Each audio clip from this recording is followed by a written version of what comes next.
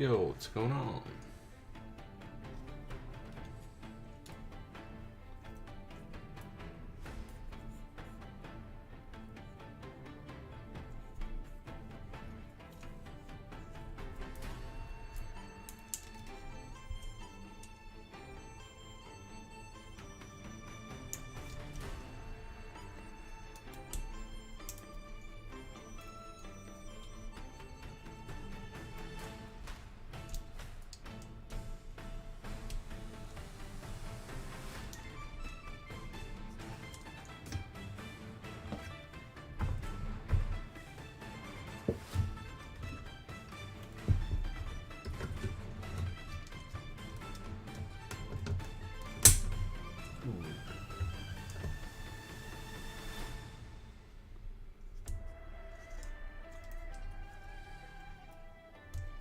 Hey man.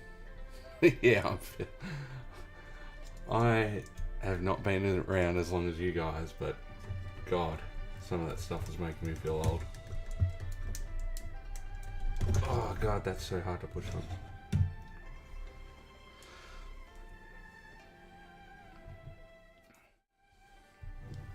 Yeah, dude.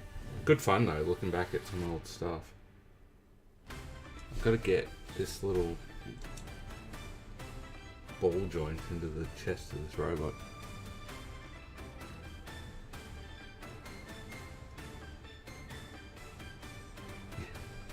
Well, I don't think a lot of people in Chris's stream, like the younger crowd, would have known half of this stuff. I mean, let's face it, a lot of them were not born yet.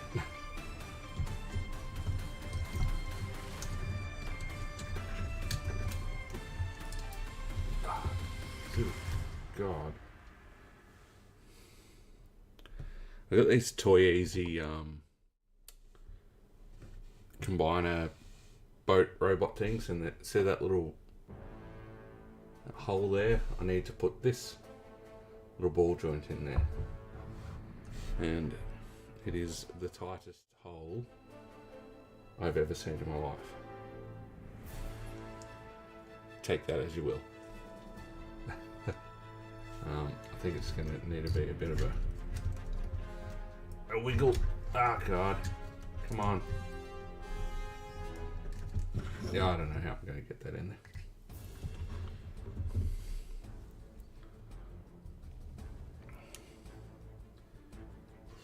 No Magic the Gathering today, Aaron?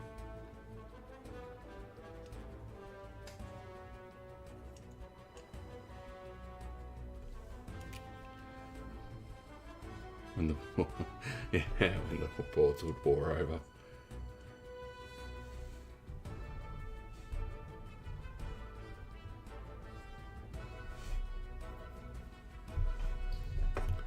Who else is hiding back there?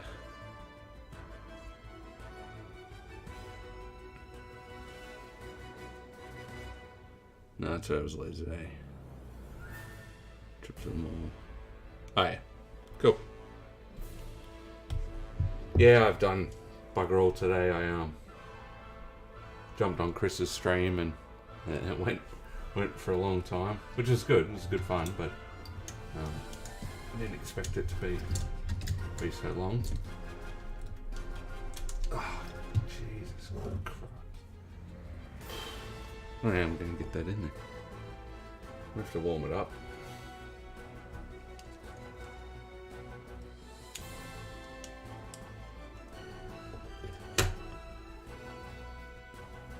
Wearing the spectacles today because the old eyeballs are a bit sore yesterday after streaming for 5 hours.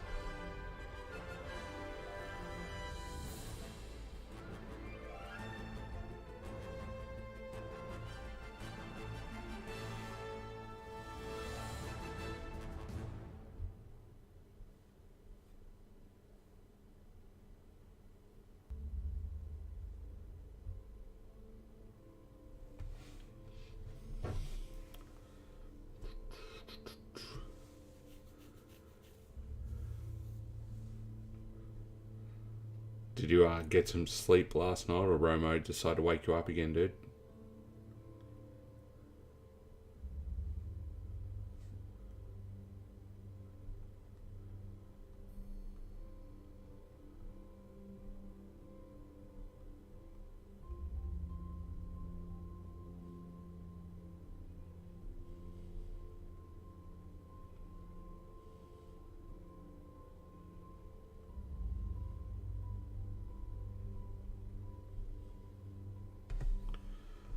late to bed then a couple of times for it. Yeah, that's fair.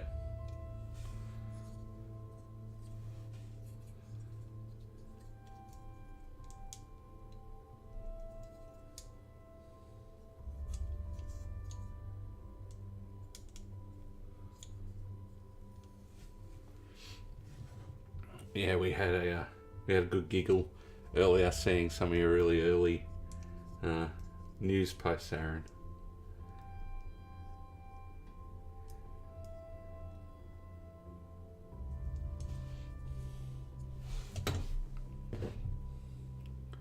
I need to pixelate my drink like Chris. I don't know how he does that. Pixelated background. Maybe he'll join us and tell us.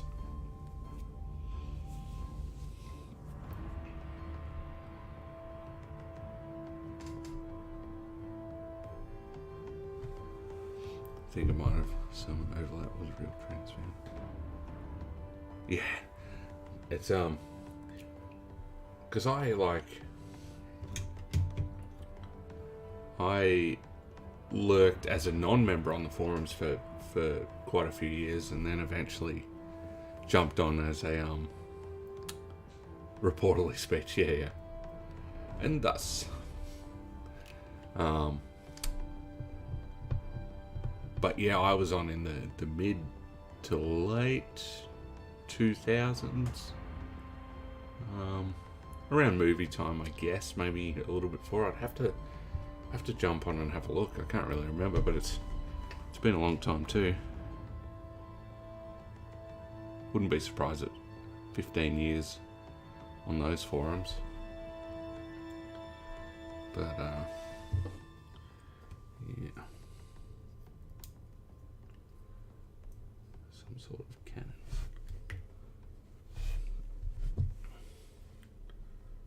Send the link out again.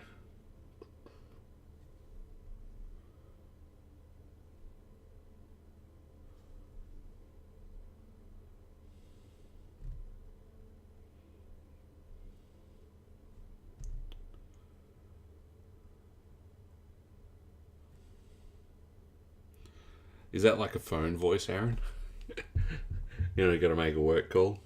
Yeah, this is Chris from Carnage Creations. Just need to call you about your extended warranty.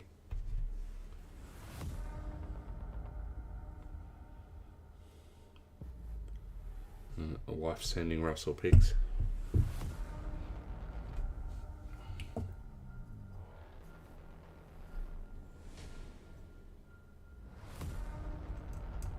I think this is metal, actually. Yeah, so I was transforming this before while I was talking to Chris on his stream.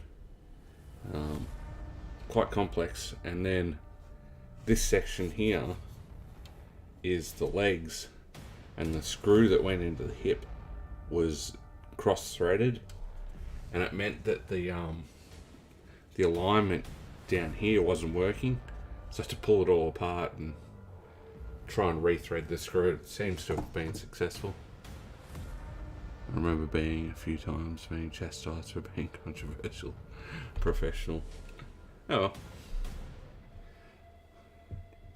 You're still around. Can't have been chastised too hard.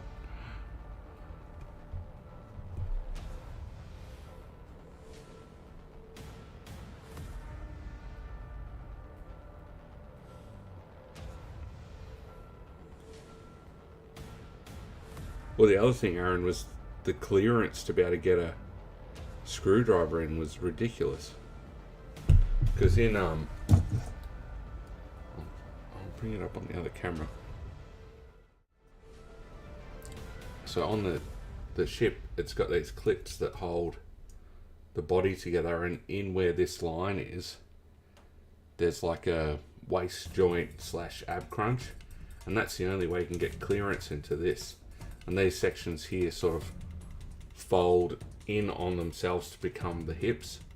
So it was a nightmare. My fingers are all busted up now from trying to pull it apart over and over. But it just wouldn't align, and I'm like, what the fuck's going on here? So I got it. But these things are cool. It's nice to have some detailed boat transformers. 20-year-old at the time. And these.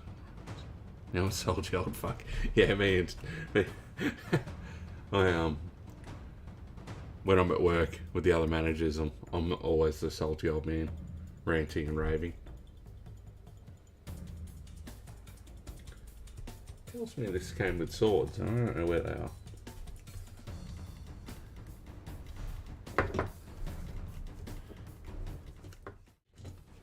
Got a second view. I don't know who's there.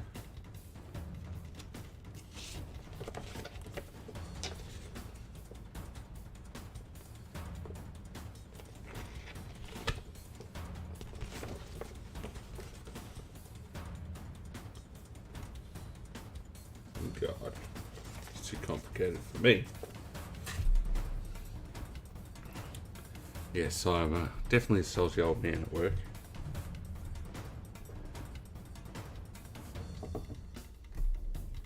I'm a 20-year-old. Fuck, I remember me being 20 again. Jesus, did not have a clue at 20.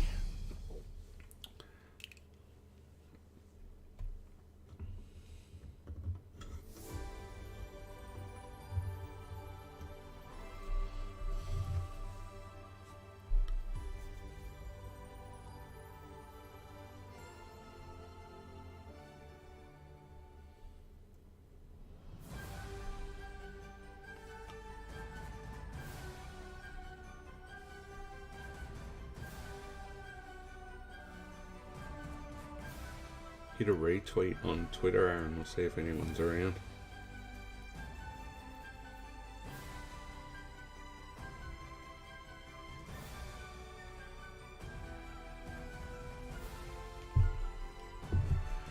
Yeah, now let's put those pictures.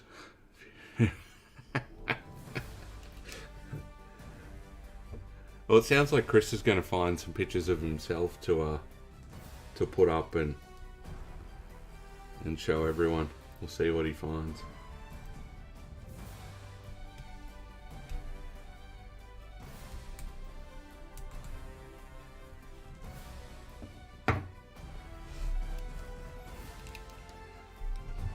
Probably find an old picture of myself somewhere to share on the little young baby Chris.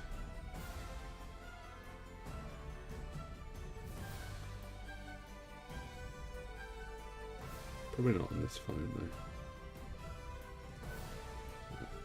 I think the only picture I have from when I was like 20 on this phone is like a if you have special features on those G1 DVDs, I think he's on there. Really? I don't think I've ever watched the feature. I think there might be on some of those. I think they're. I don't know, I'll have to dig through them. There might be like an extra disc in some of the cases.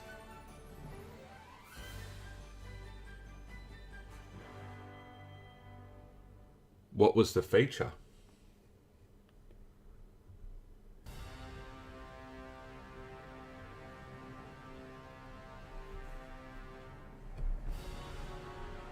One, at least I'm on the convention fan. Sure. Yeah, okay. I'll have to have a look. Mind you, there's bloody 6 sets of them, so God knows where it would be. Or a popcorn. Yeah, okay. Yeah, God knows where I would find it.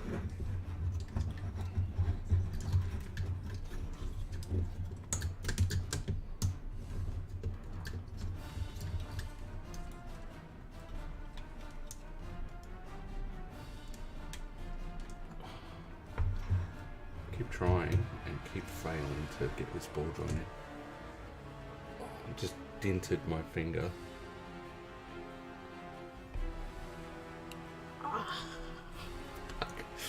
That hurt.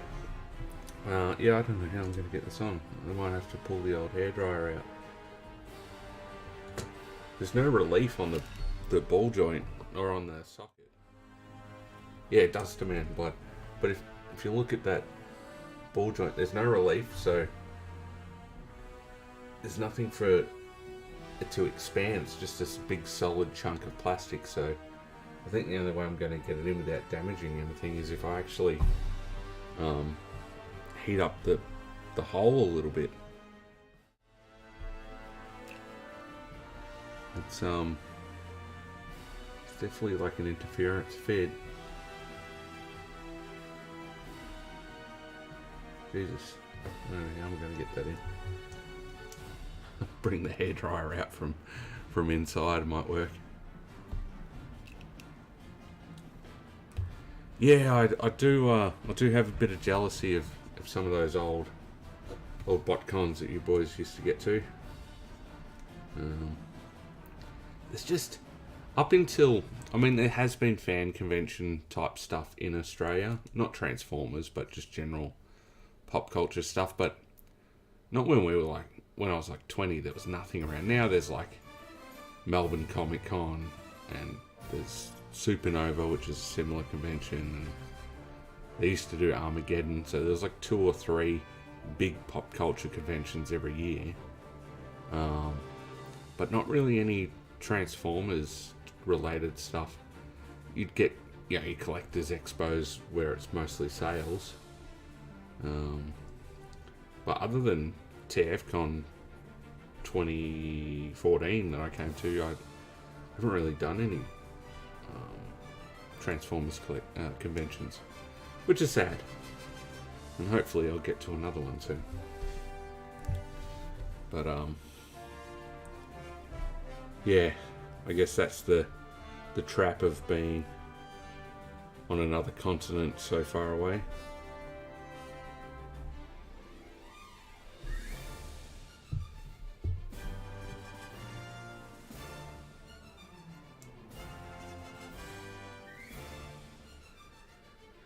There's enough spiky shit on this to demand blood, I tell you. It's any old Cybercon pictures, really. Some temporal whiplash, yeah. Yes, we were group temporal whiplash in that stream before.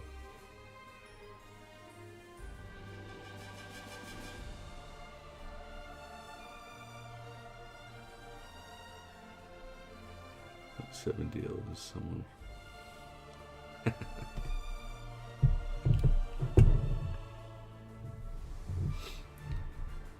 I would be happy to do some smaller shows here. It's just getting everyone on the same page. It's such a hard thing to organise these days.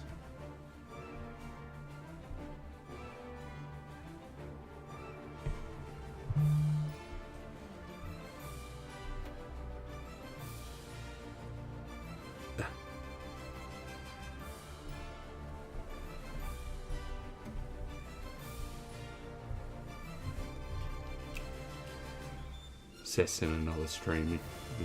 He goes, I popped over to give you a like.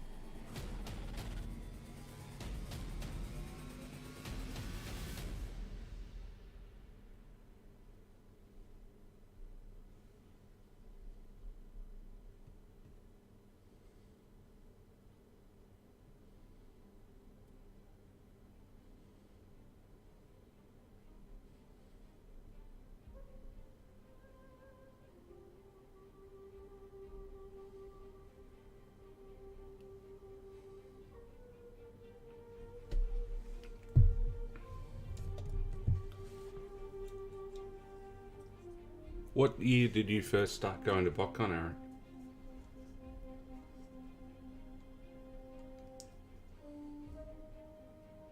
And then I guess how many consecutive BotCons did you attend?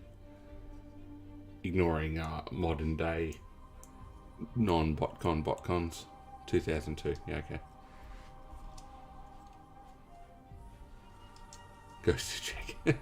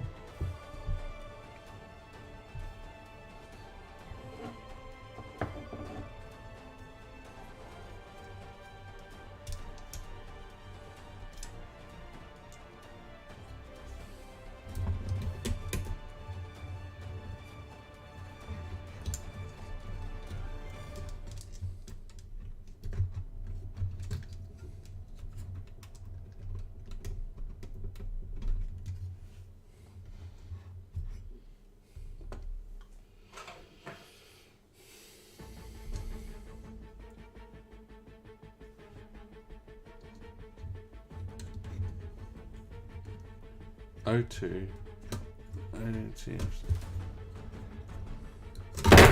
Oh, that! How fucking loud was that on stream? Jesus. I'm trying to apply.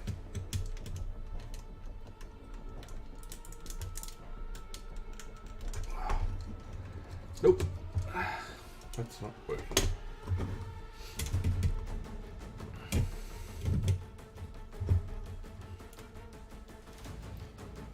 Tried to apply some force using a harder object.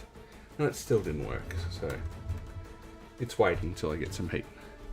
So O2, OTFCC, O3, OTFCC, BotCon 04, missed 05, then 6 till 12. Nice. Good run.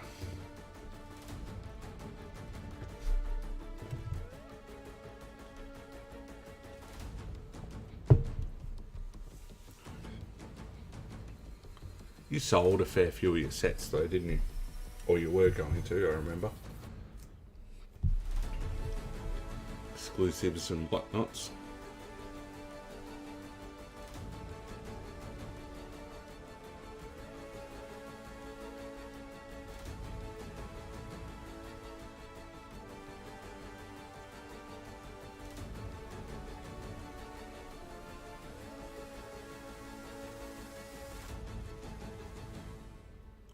Yeah. That's what I remember.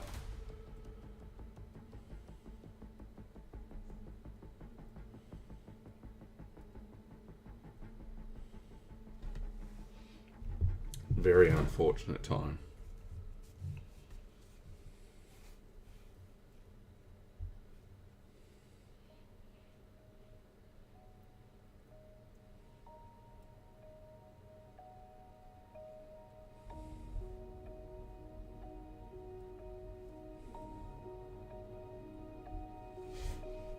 I've got bits and bobs among the stuff I need to do. Yeah. What's the go you were saying on the podcast? You were cataloging your magic cards. How the fuck do you start that process? Yeah, expensive memories. Especially buying on the aftermarket.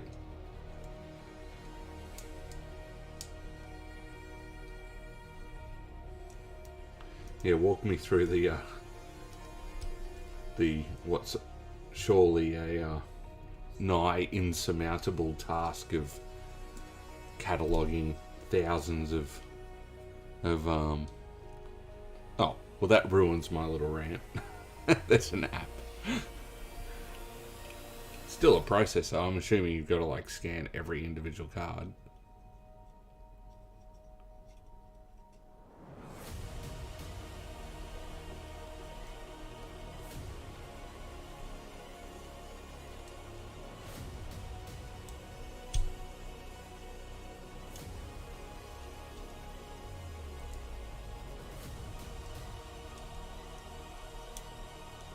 Open box, slide card, one field. Do you listen for the bip, or the beam, or the charging? Move on to the next one. Okay. And does the app then put each card into like sets or types or whatever? Ah, yeah. Just do while you're doing other stuff.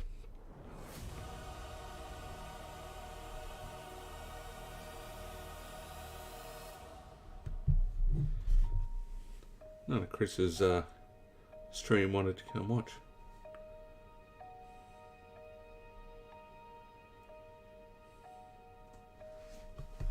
The app lets you sort, so it doesn't automatically sort anything. You have to go through and then like multi-select, sort to file, or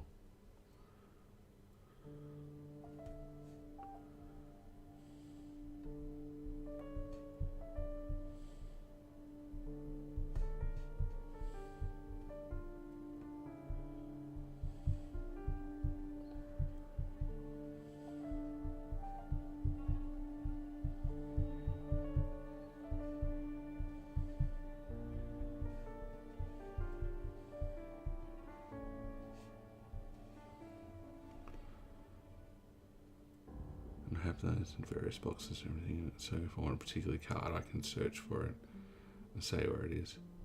So you can put tags on the cards and everything. So if you've got it in box A, box B, row C, divider 6, or not that far on.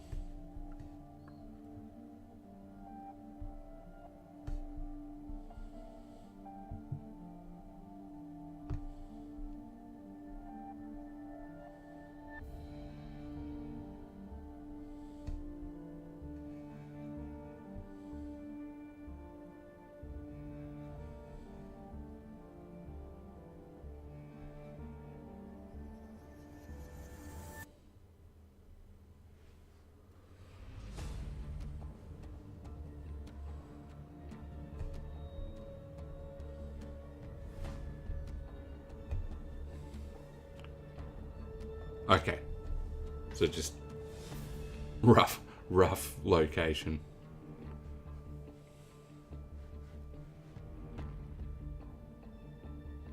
Yeah, okay.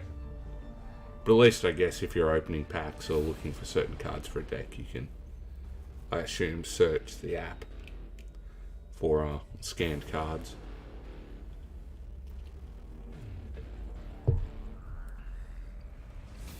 Yeah, I wish the previous. I'm pulling these off there annoying me. I wish the previous set. Ooh, now the eyes have got to refocus. Oh, fuck it. Yeah, I wish the Panini Dragon Ball cards had some sort of app that would catalog. Because I was never going to do some sort of Excel spreadsheet or the like to do it. Not with thousands of cards. It's just ridiculous.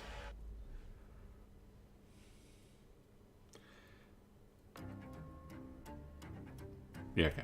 Yep. Which does make sense.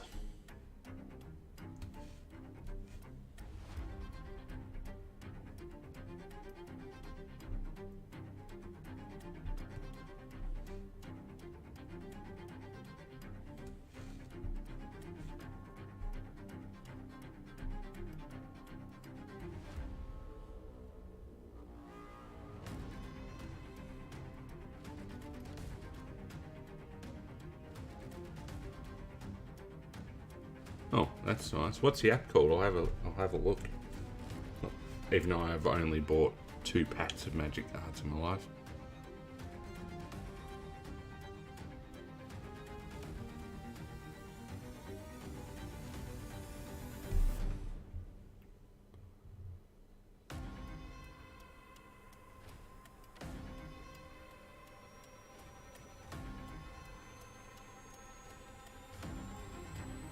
Mana box. Let's have a look. I'm on iPhone anyway.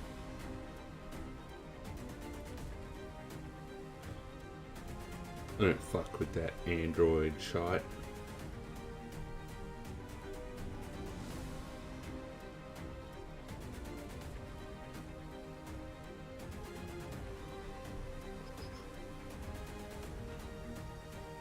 Oh.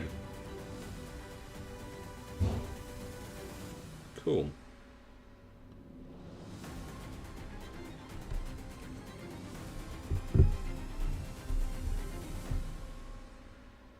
Mm-hmm. Yep.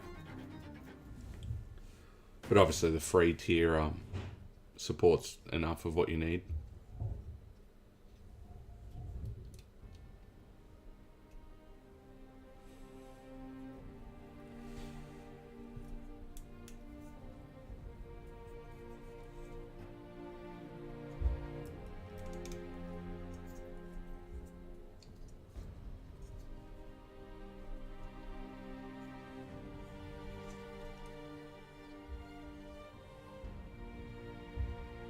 Yeah, I had a look on the App Store at it then.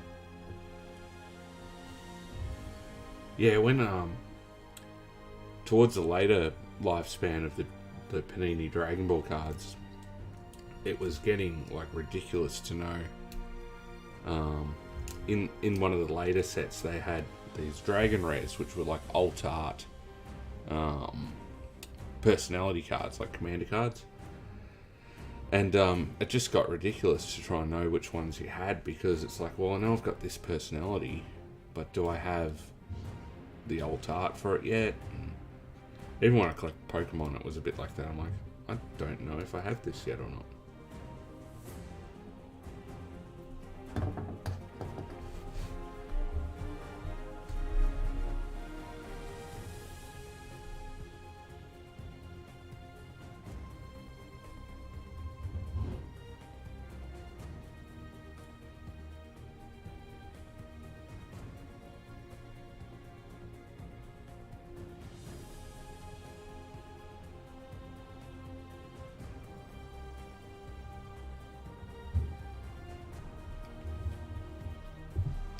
Rough thing with mana boxes that it does search by art, so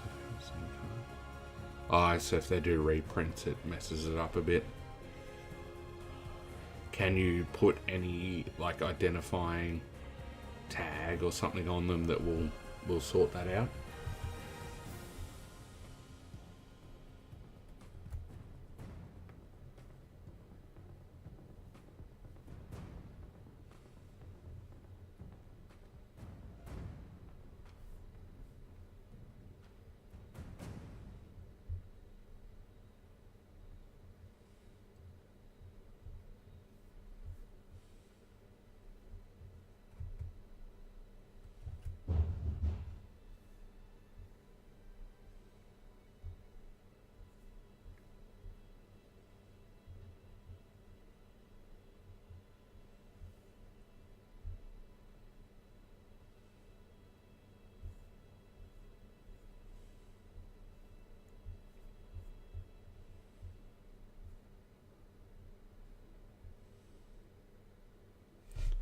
If you have a chunk from one release, you can tell it to only look at... Okay.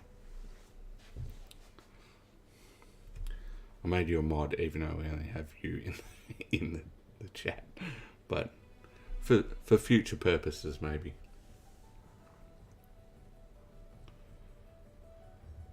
Now you can have your little wrench on both the Chris streams.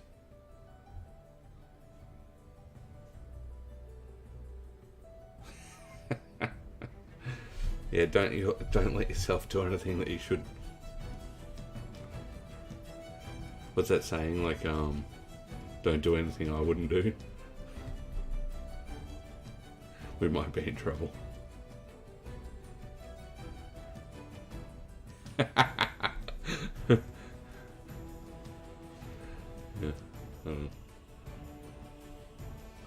Need to send that at.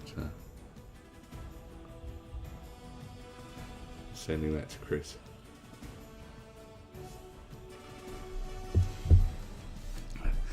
Unfortunately, the benefits package isn't great. Our healthcare package is telling you where the hospital is. Keeping Chris in line since 2019.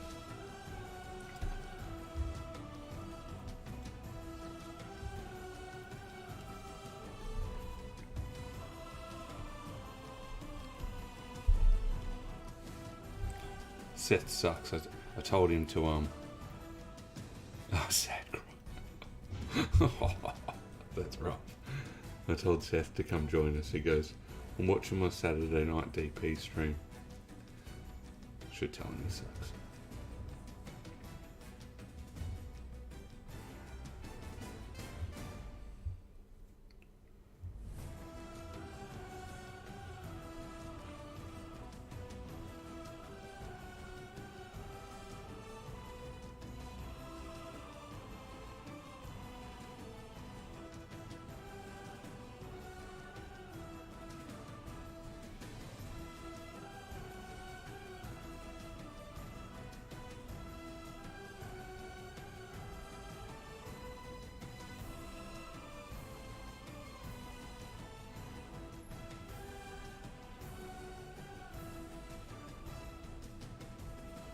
I've lost my link here.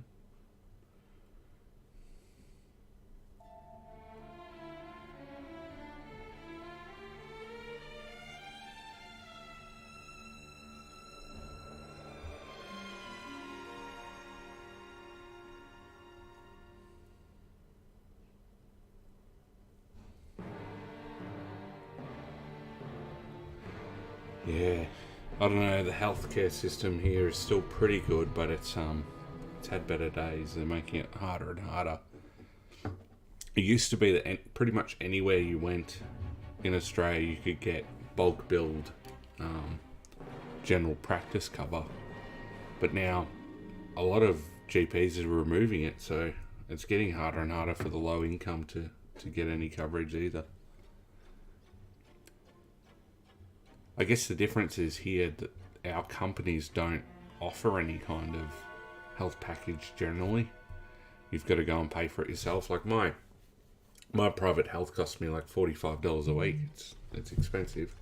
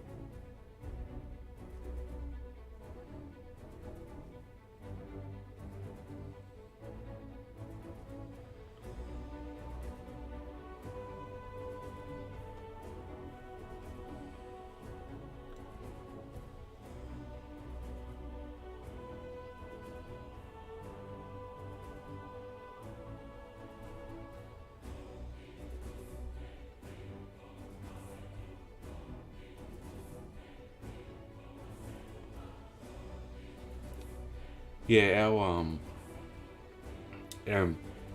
I mean, I assume some companies may do it, but our employers don't include it in the packages. You have to go and organise it yourself. But it's a twofold thing, because once you earn over a certain amount, the government charge you an absolute fortune on your tax if you're not paying for private health. I think it's over, once you earn over 90 grand as an individual or 180 as a couple, if you're not paying for private health, which again is costing me a couple of $1,000 a year, so you pay 25 taken out for Medicare and then 75 for our own insurance weekly. Yeah, see, I'm paying 45 for very basic private health cover, and Medicare is free, but I pay for that in my tax too, so it does cost quite a bit over the year.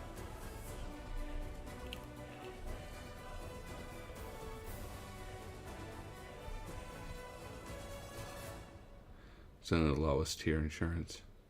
Yeah, so I've got decent,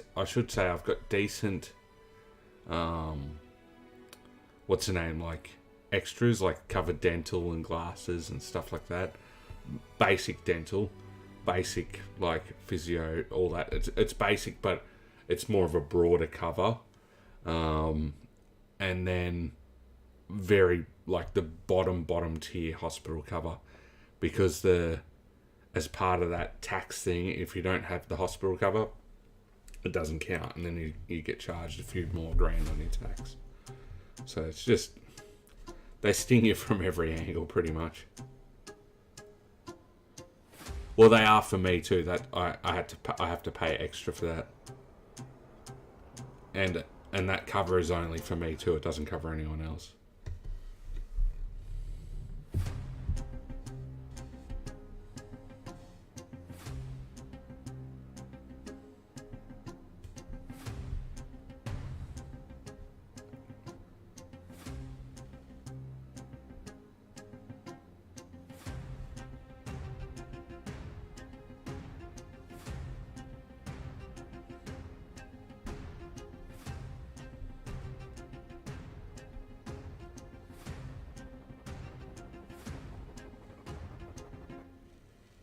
Oh, what the hell?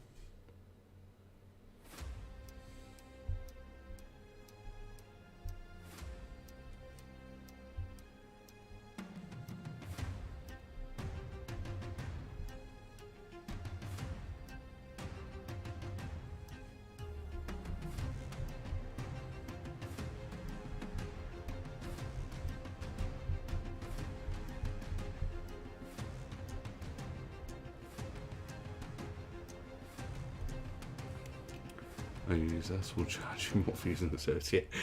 I did the math a few years ago. Just pay insurance. Yeah, you can't win either way, dude. I don't know, like, honestly, you don't have it, you pay for it. You do have it, you pay for it. And then, like, I had like I had to get a surgery on my lip, and with Australian Medicare, private health cover, it still cost me a fortune. I was still out of pocket, like, I don't know, $500 or close to $1,000 it might have been, by the time I went back and did follow-ups and all that stuff. So you pay for all this stuff, and then you still got to pay for everything anyway.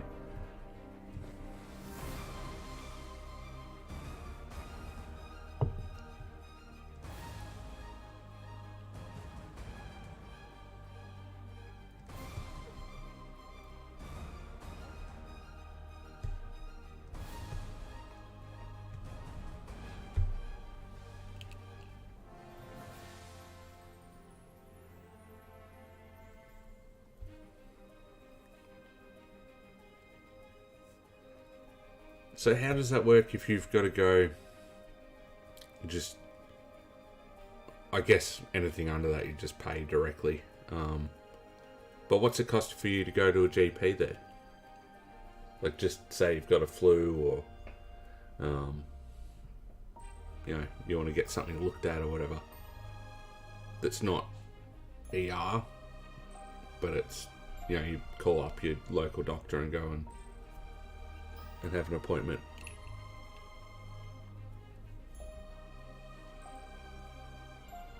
I saw a video on social media about this guy talking about he'd like fair enough. Okay, pre-2019 then. This guy was talking about he cut his finger or cut something and he needed stitches. So he went to the emergency room, got the stitches, went home. In between the time that he got the stitches and had to go for the checkup or whatever, and again, this isn't verbatim, but the numbers will be similar. He had like a $5,000 bill or a $10,000 bill, some absolute ridiculous amount of money to get a few stitches in. And anyway, so he's like, "Fuck, what am I going to do about this?" Well, not much he can. So then he goes, he's like, "I've got to get these stitches out, so I'm going to go to like a GP or a clinic somewhere rather than the hospital and see if they can do the stitches because it's going to be a lot cheaper." So he goes there and like, no, we can't remove them. The hospital put them in. You have to go to the hospital. He's like, "Well, that's bullshit." So he goes to the hospital, and then the hospital's like, "Yep, we can remove that. It's going to cost you like $2,000 or whatever the hell it was, like another huge amount of money." And the guy's like, "I can't afford to pay the first bill. How am I going to pay this additional bill?" And it turned out the nurse was really good, and she's like, "Sort of, come around here," and then hands him a sterile removal kit with some scissors and tape and all that sort of stuff, and he went home and did it himself. But it's like, fuck me, it's just a set of stitches. Like, I couldn't believe it. I mean, I've heard stories about it, but here, you just go to the GP, they stitch you up, you come back in a week, they pull it out. Worst case, you pay for the appointment, which here might be like 70 or 90 Australian dollars. But, and then like, my mum's on a pension and all this, but she had a heart scare the other day and went to the hospital in an ambulance and everything. Not a cent. Mind you, if you're not on a pension and you don't have ambulance cover, it's like $5,000 a trip. So they can catch you here as well. It's just not as common. Yeah, and they wonder why you got so much crime and problems on the street. But they won't look after anyone with their health.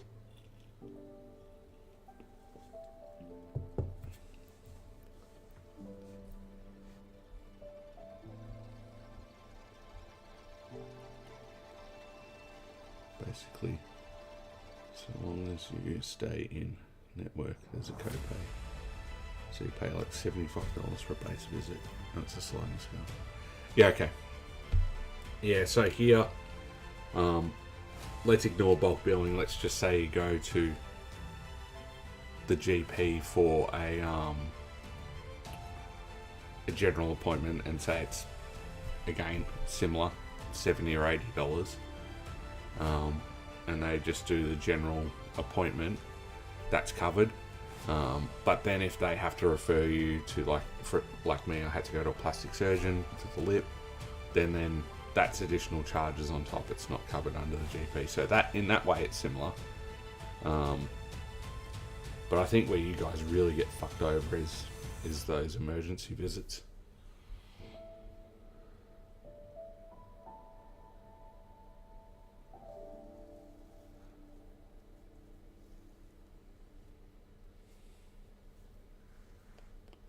Brief mental wellness check.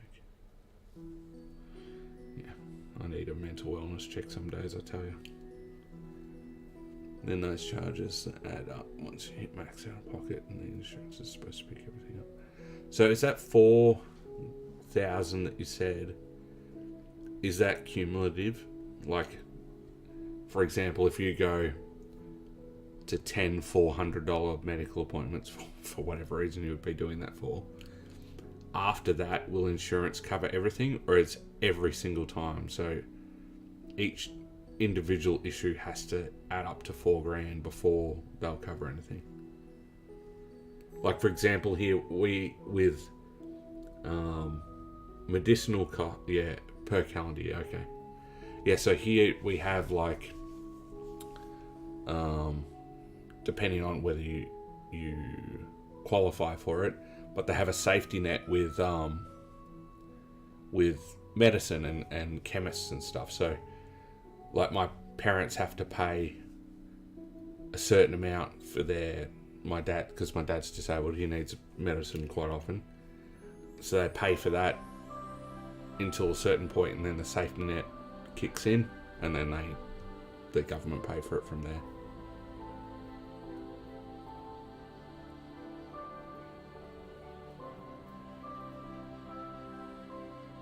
Yeah, okay. Might, yeah. And is it financial calendar year, or is it normal calendar year, or is it Chinese calendar year? Or it's arbitrary and they pick which one they feel like at the time?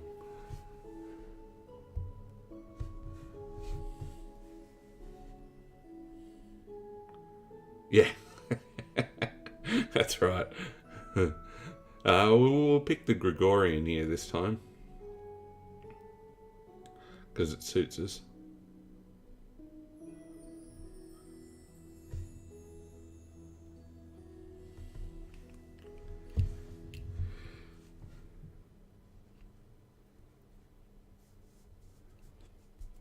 Yeah. I out of my income tax, I actually pay $20 extra a week in tax, for the very purpose of offsetting my tax bill at the end of the year. Not that I get a bill at the moment while I'm an employee, but it's sort of for savings. And then if for whatever reason I do have to pay tax, or there's $1,040 or whatever it works, $1,040 over the year, that will automatically be there. So I guess maybe that's similar, because that's offsetting my Medicare cost and my health insurance cost on tax.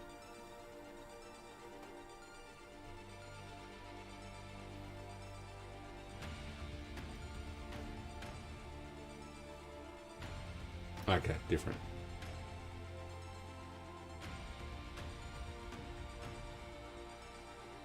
Oh, so it's like a salary sacrifice for healthcare, you mean? I just reread what you said.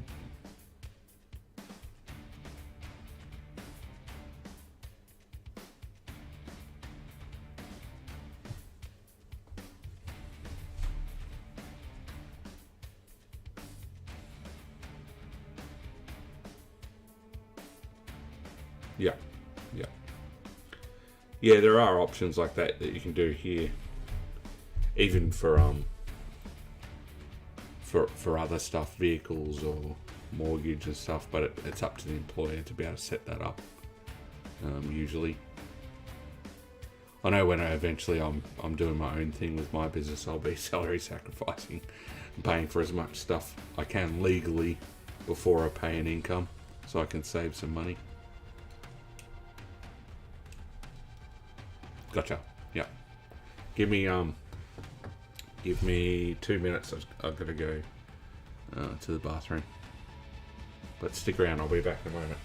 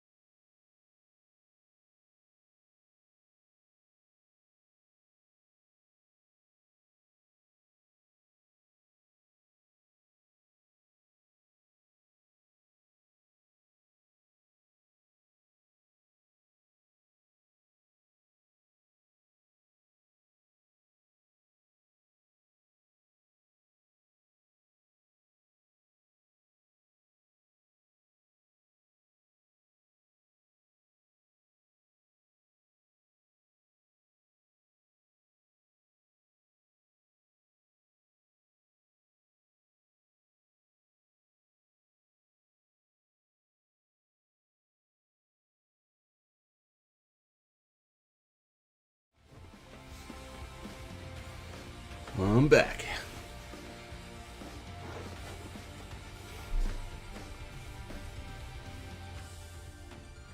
What you were talking about, you can do that too. Have them take out an extra $5 per week. Yeah, correct. Yeah. I don't know if you're there, but correct. I just do it with a bit more so it feels like I'm actually getting something. Everyone doesn't want to come tonight.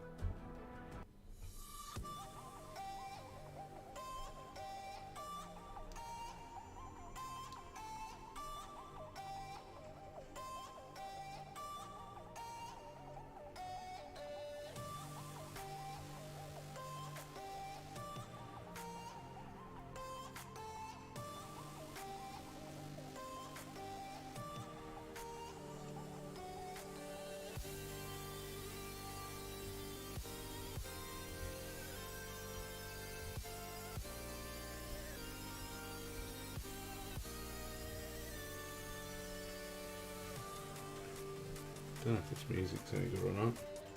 Problem is I can't hear it while the stream's on.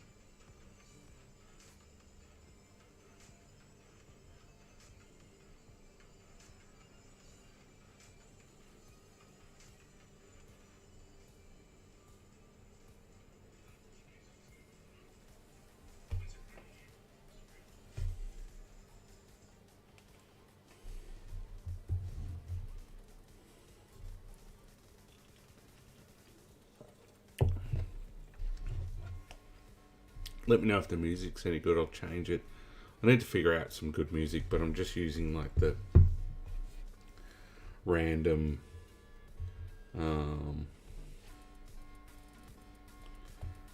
random Streamlabs music app.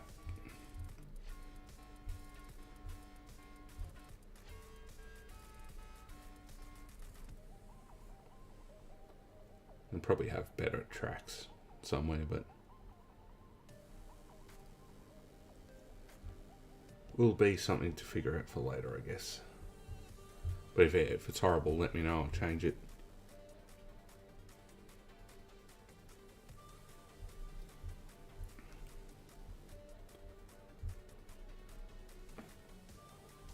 Why have I lost my chat window? I don't know. I don't know why I've lost my chat window.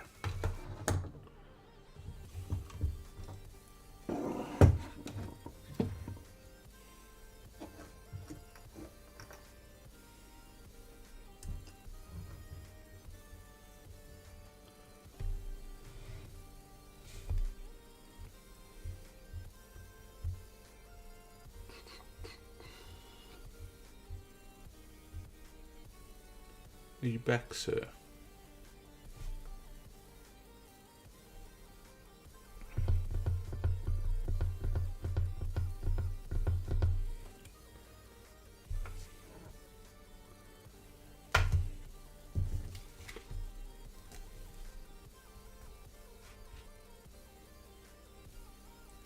Be nice if these instructions told you how damn hard it was to put the fucking ball joint in. It does not.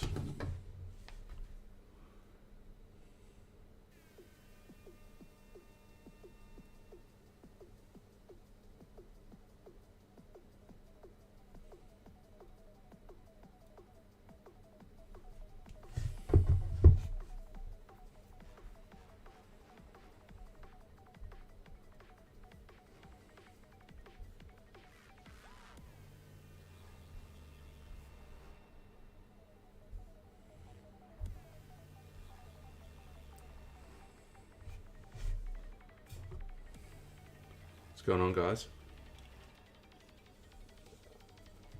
Say hello in the chat if you're lurking there in the background. Get some conversation going.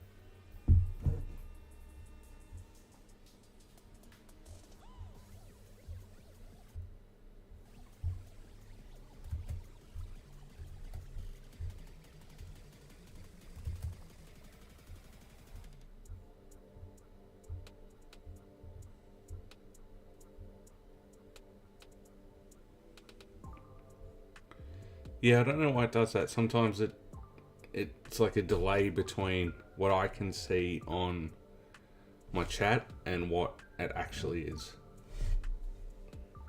No idea. Some sort of delay between the widget and the chat.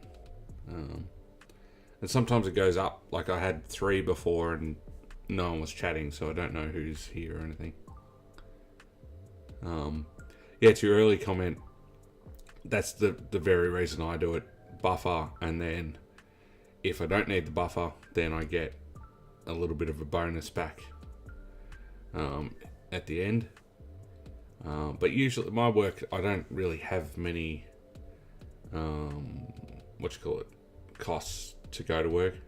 The company pays for most things, so it does help a little bit.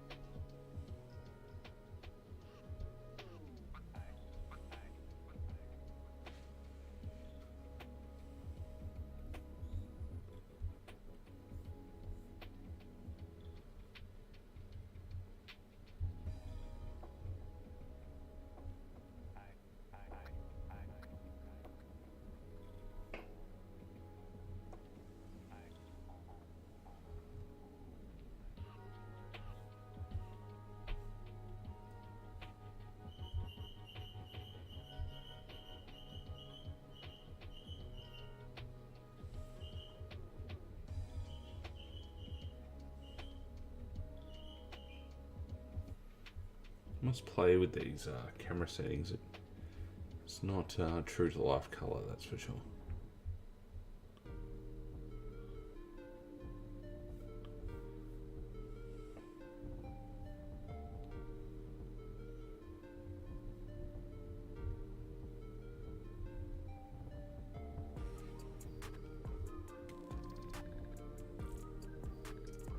It's a little closer.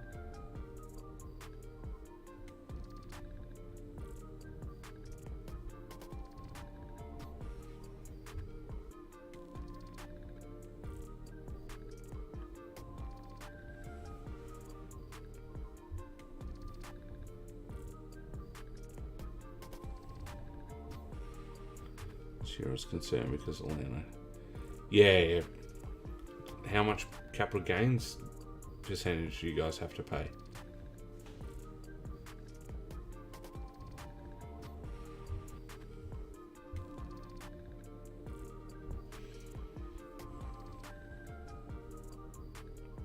Yeah.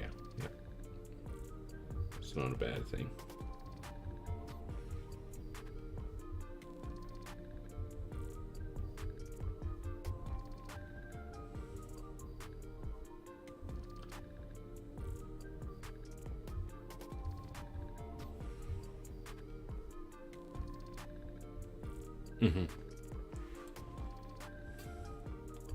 Yes, I haven't had that issue here. I only have the land I'm currently sitting on to worry about.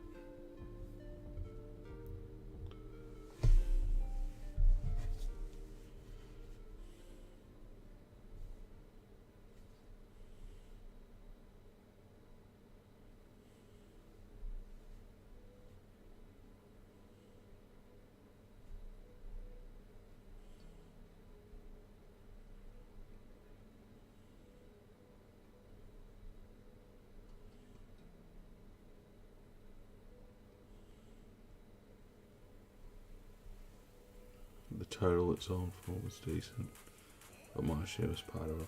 Yeah, it was shared with other family, I guess.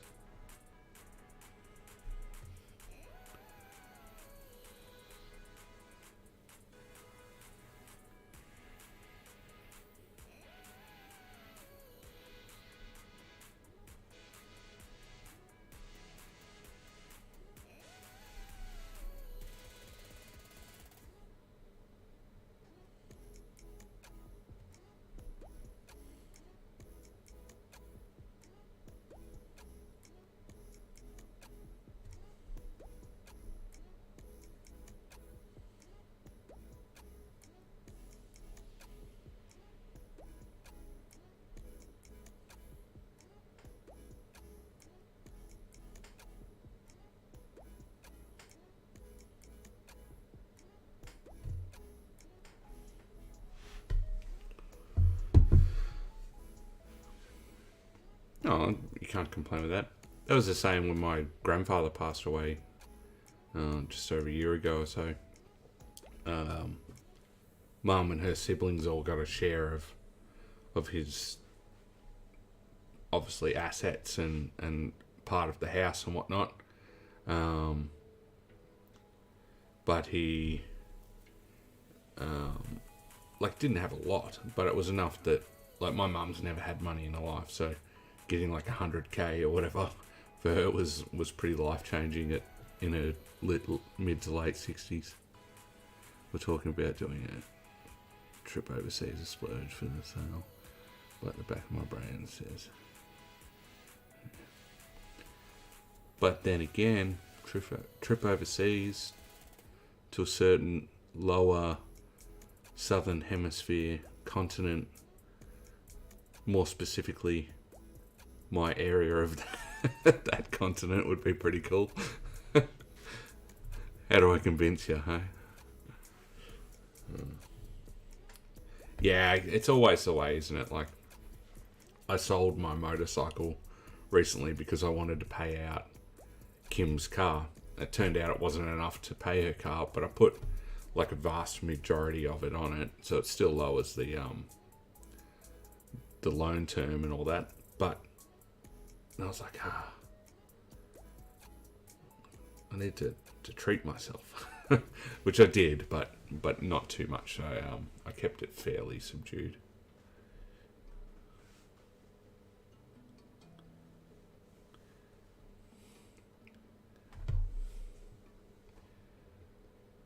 Which islands does she want to do?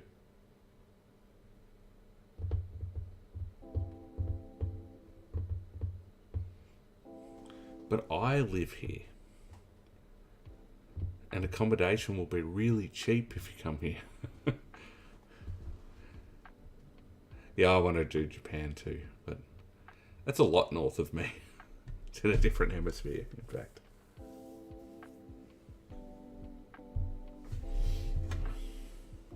It is a different hemisphere, I think.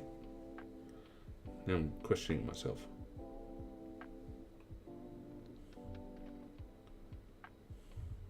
Yeah, sure is. Japan's more sort of, yeah.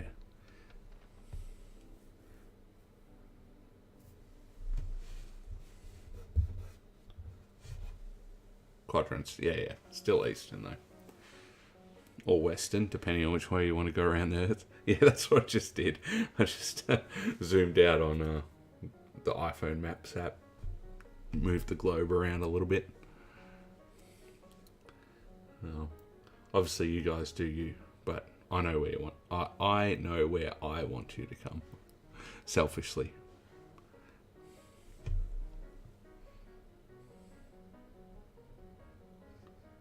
Correct. You walk in any direction.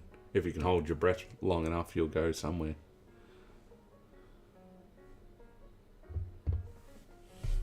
Don't know how you'll survive, but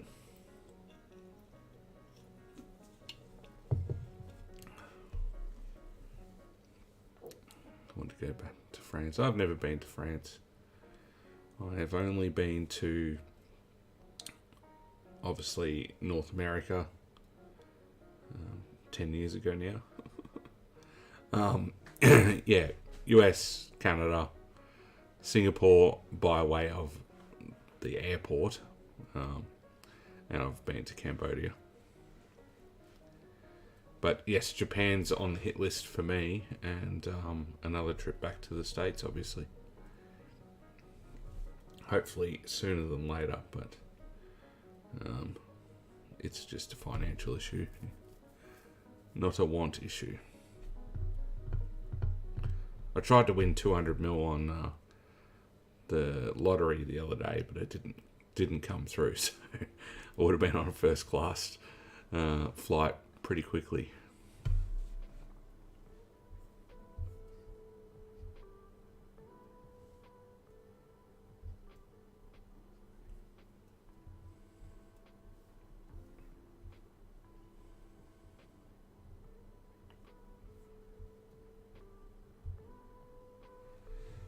'16 in French club in high school in Paris. Okay, cool. Like a big group of people, I assume.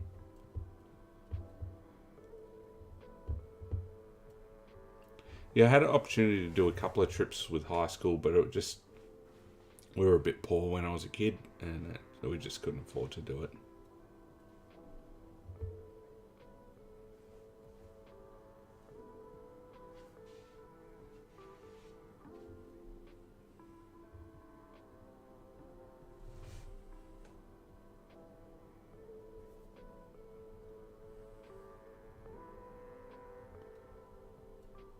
That was a lot of wine country. It didn't let us drink wine. I live in wine country down here. There's wineries as far as you can see, about 10 minutes south of me. Yeah, the French are like, we drink at 12. Why? As soon as we're out of the womb, we're drinking. They probably didn't quite understand. What do you mean you wait till 21?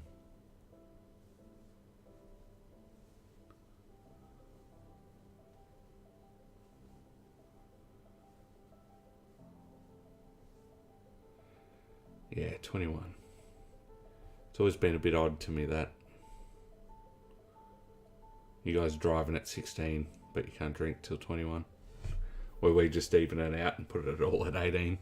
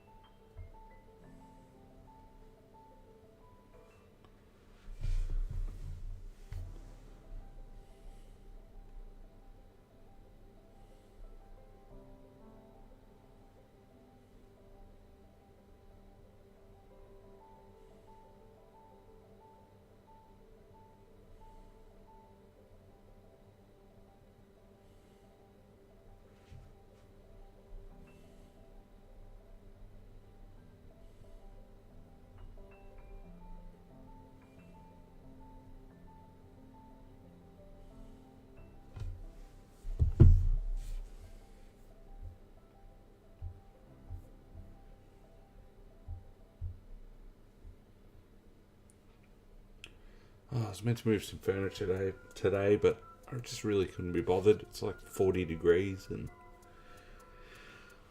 I don't really want to be sweaty.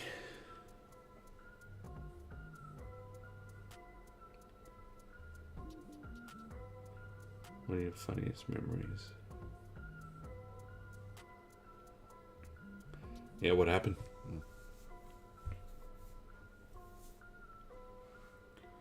Monastery on a tidal island.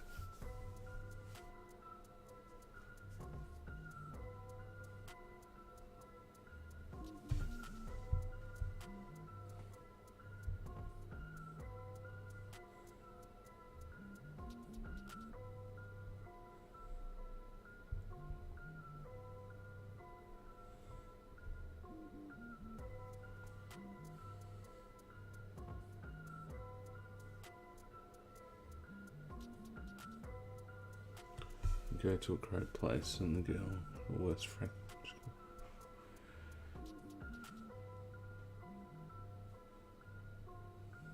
She's like, oh.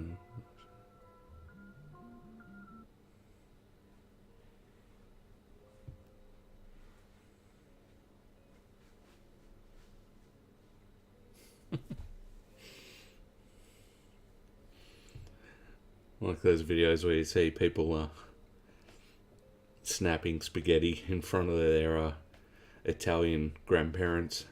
They lose their mind.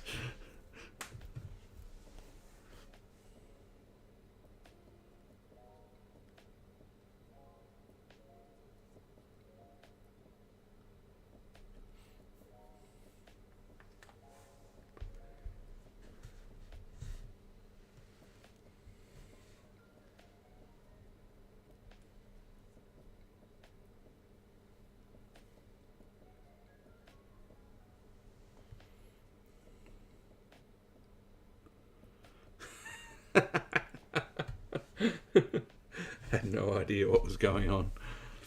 Would be a little strange if you didn't really know what was going on.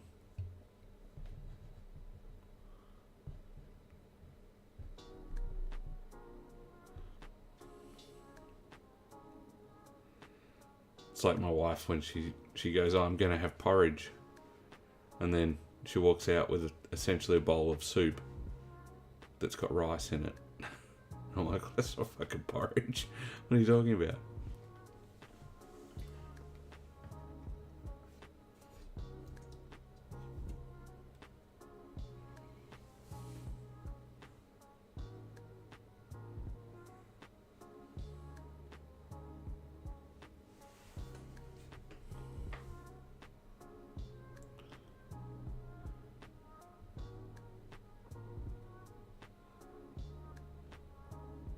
Beef with egg. You would think being in the French club would give you some clue of what you were eating, but clearly not.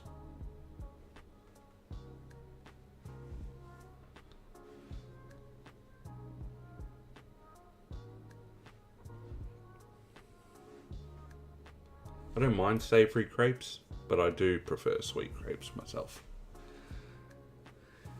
But I have a sweet tooth. Yeah, okay. That type of girl then. That type of person, I should say.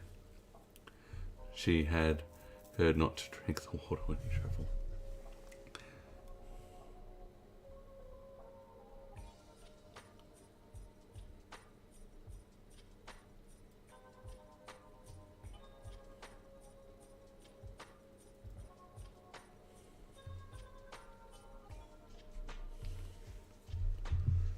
So she had 4-litre bottles.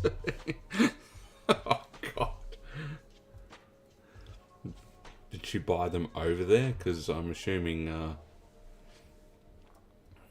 her luggage would have got inspected if she was carrying massive amounts of liquid.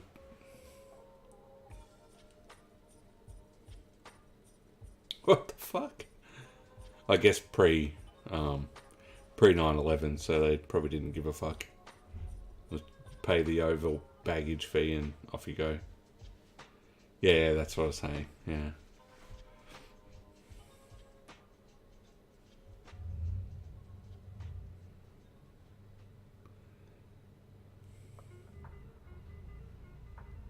Jeez. Can you imagine trying to get on a plane with 4-litre bottles of liquid in your luggage now? God. They don't even let you take tiny little bottles of fucking moisturiser and shit with you. I was buying the same bottles in the corner market stores, like 40 cents US. Yeah.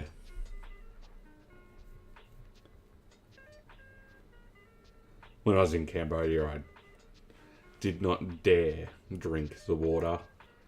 And unfortunately, I quite often had to drink warm drinks because they don't refrigerate everything. And sometimes you can get nice cold drinks, or cans of drinks that have been in ice, so they're cold. But other times they bring you over just a can or whatever from the shelf, and they give you a large glass with ice in it. But the problem is, the ice is made of the fucking water. So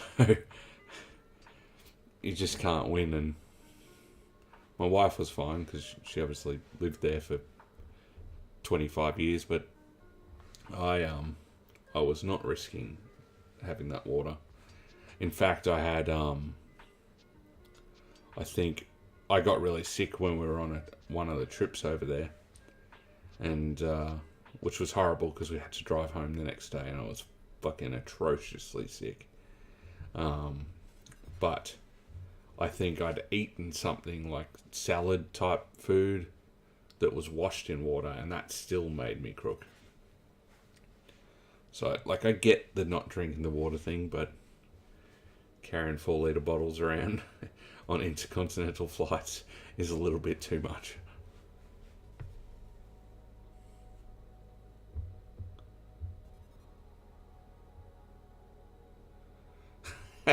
So it was clean anyway.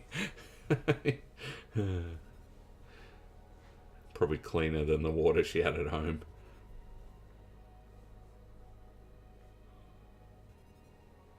Yeah, exactly.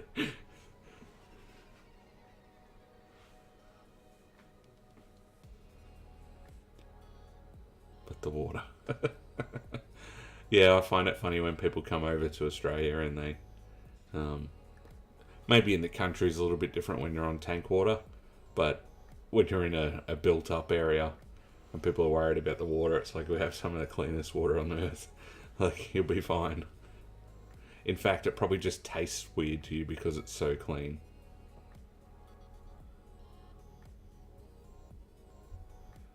But yeah, it's funny when people are travelling overseas and they freak out about stuff because they don't understand.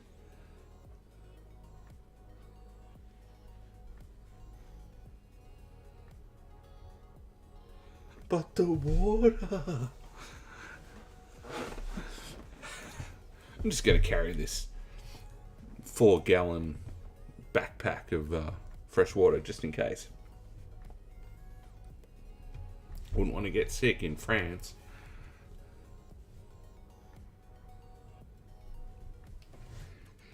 Yeah, I'll do a Europe trip one day, probably when I'm older.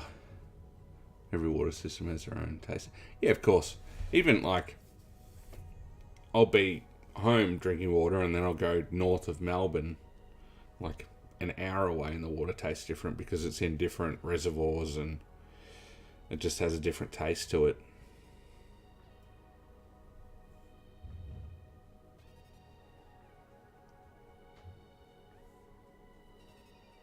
Yeah, 100%.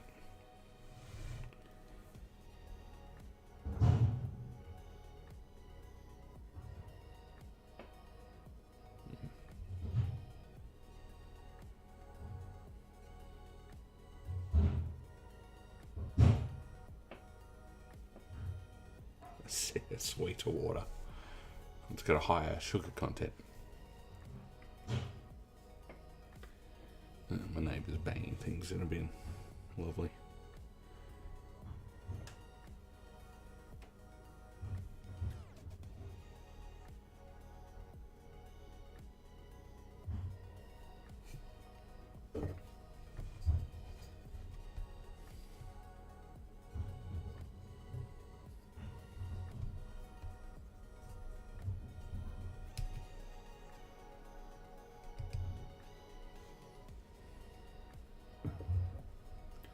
What's Alfie doing, Aaron?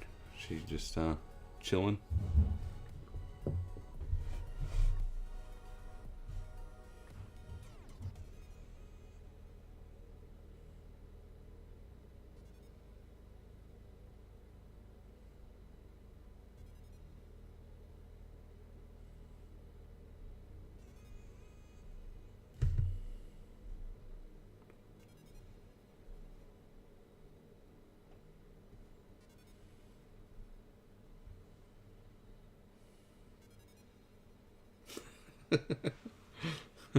Just blank.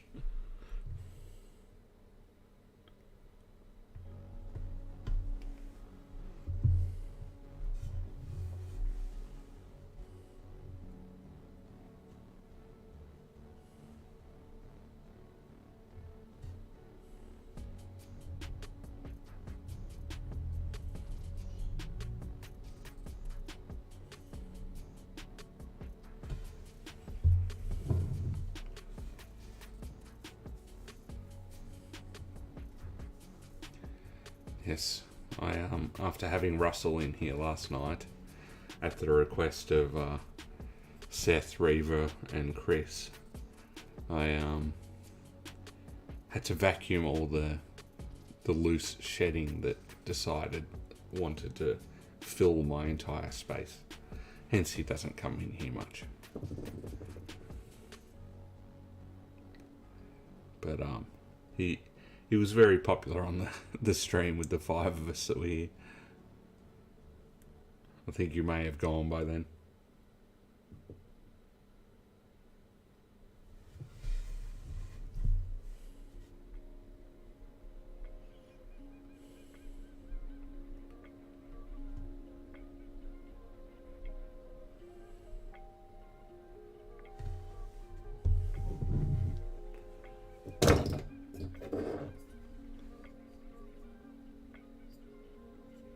Yeah.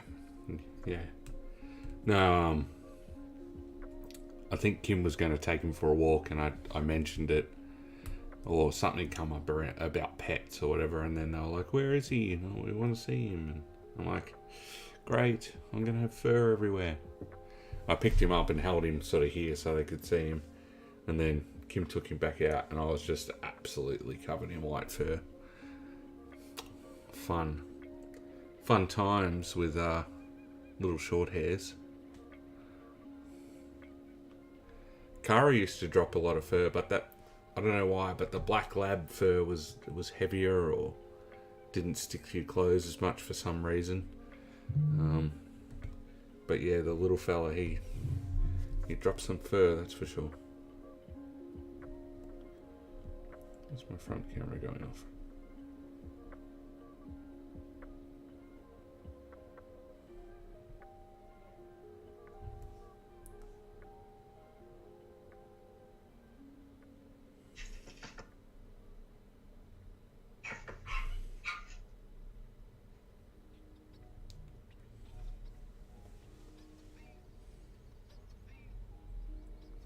Hey.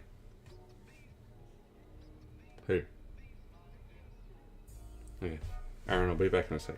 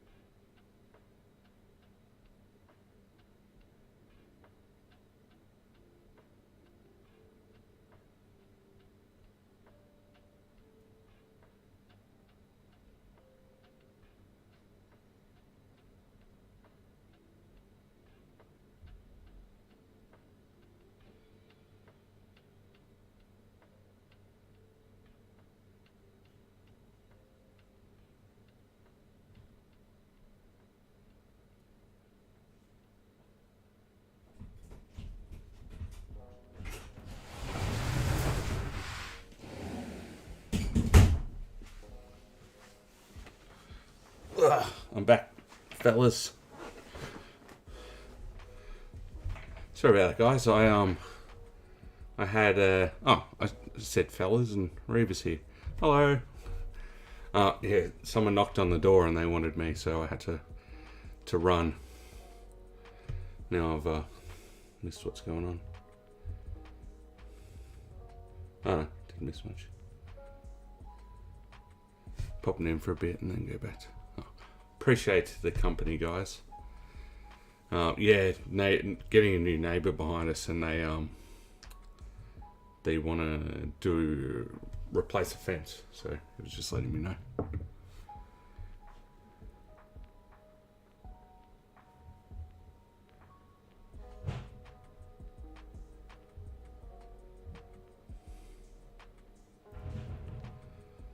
Whose stream were you watching, Seth?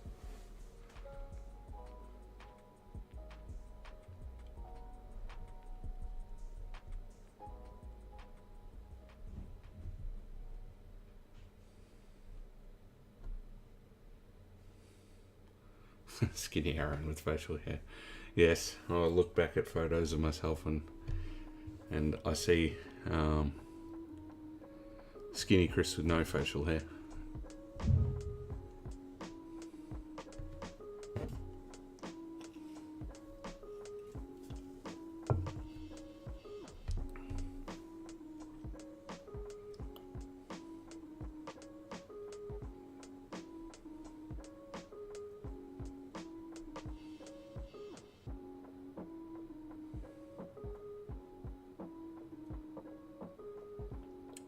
Yeah, I realised that, Seth. I was just wondering whose stream you were watching before when you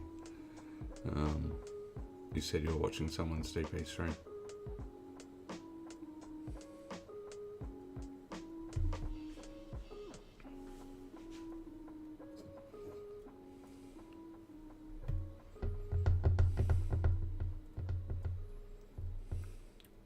We're not going to have a Russell visit today because I only just cleaned up all his fur from yesterday.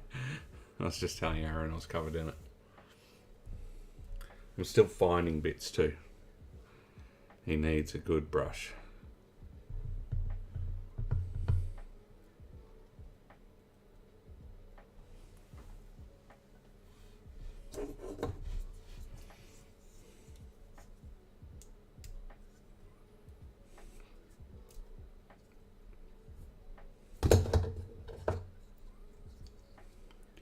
Reva, I was telling Kim about your Hello Kitty stuff last night. We went to the movies and we were talking about it on the way in.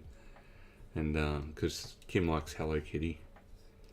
One of the few cartoons and anime type things that they got over in Cambodia when she was a kid.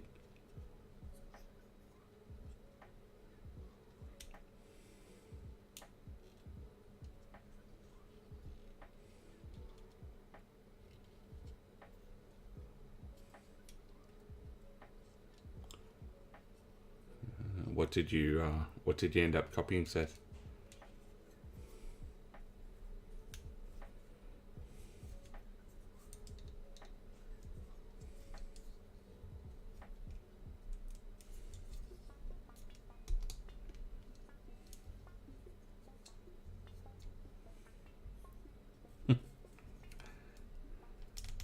Yeah, Kimmy, I don't know why, but for some reason over in Cambodia they had a couple of Japanese cartoons that were like probably poorly but translated into Khmer. I think the other one they got over there was Doraemon, the blue robot cat. It was a pretty common one. But yeah, Hello Kitty was a common thing to see over there. Even when we were over there this time last year, we were seeing a bit of Hello Kitty stuff around. All the pages and just all of them. Fair enough.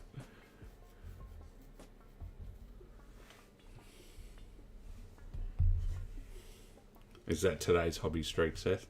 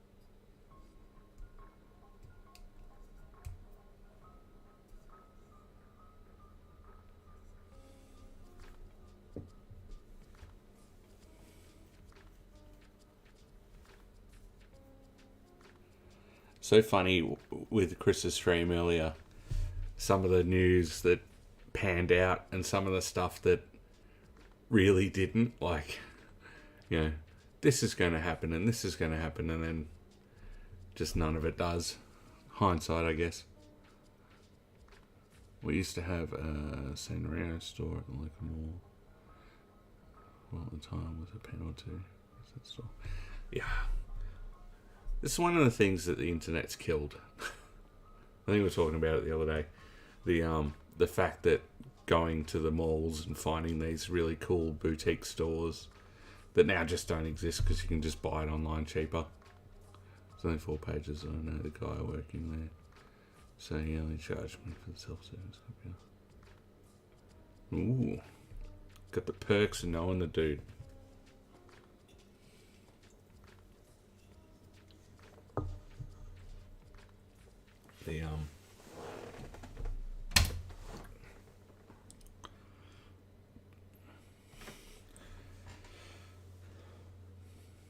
Did you scale them up, Seth, or what do you just took direct copies?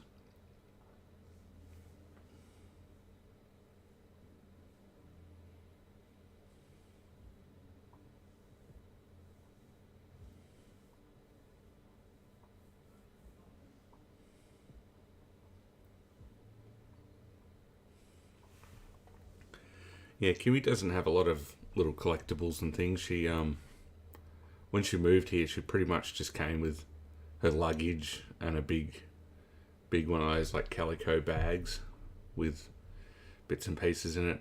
So anything that she had at home didn't come over here. And then she doesn't buy herself anything, so sometimes I buy her little bits and pieces like that, Reva.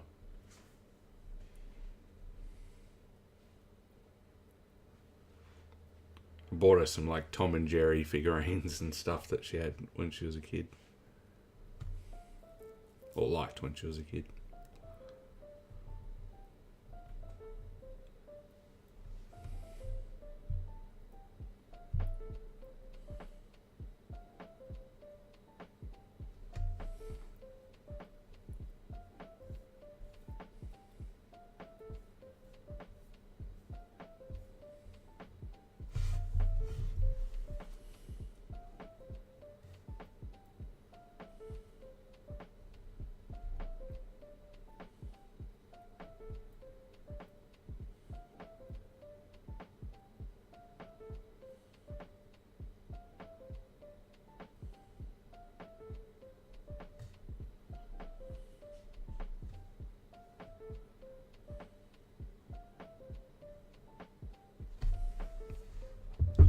Maybe it's the people who keep middle.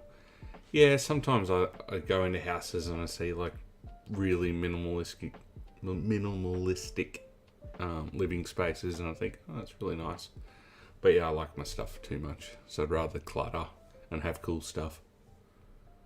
Like, some people probably walk into this room and think, oh my god, what have you wasted all your money on? But I enjoy it, so I don't really care if anyone doesn't like it. I saw Seth and already commented. I just happened to open Twitter at the same time that you put your post up.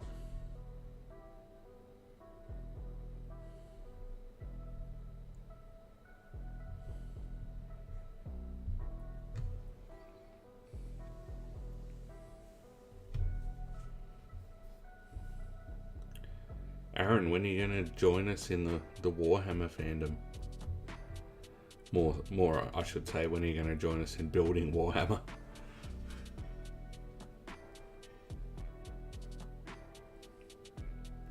You don't need no 3D printer to do it either.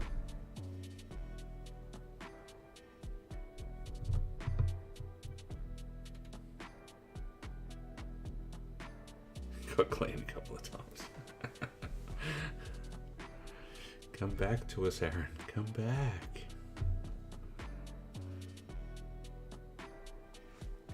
I've got remnants of a second edition box still. Some unmade. And then I've got a bunch of third edition stuff still.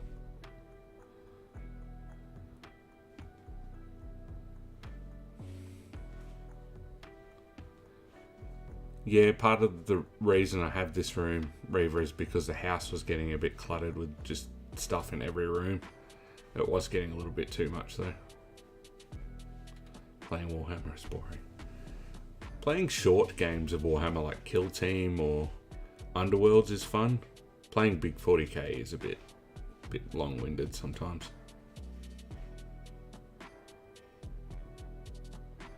Yeah, I have the starter box for third, Seth. I've built a few little bits and pieces out of it.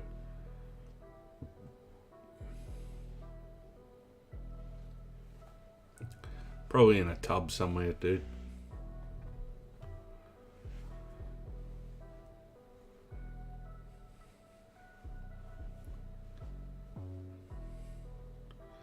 Under my hobby desk painting area, I have two big plastic tubs, like maybe 40 or 50 litre tubs that have got all my old stuff in it.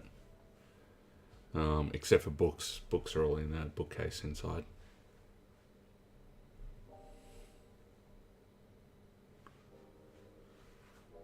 Maybe.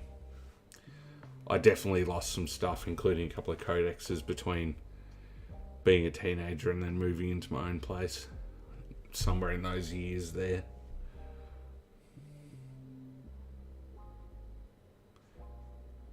I remember I had the Tau Codex and the original Tau Codex when they released, which was like 4th edition or 5th edition or whatever. And then I had an original Tyranids Codex, and for the life of me, I can't find them. Let alone some of the smaller models.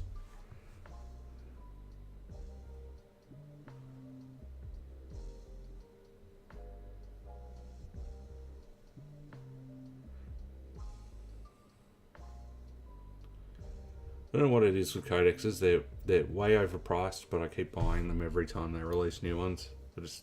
Even if I don't read them, they're just one of those things I tend to buy. I want to get a copy of the Rogue Trader, just it's super different.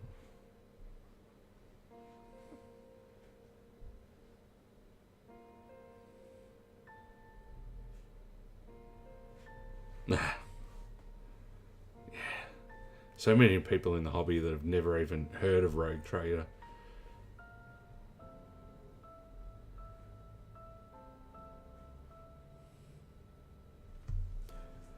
Like, I'll be at the store and someone will be like, oh yeah, I got into it in 8th edition. And I'm like, huh?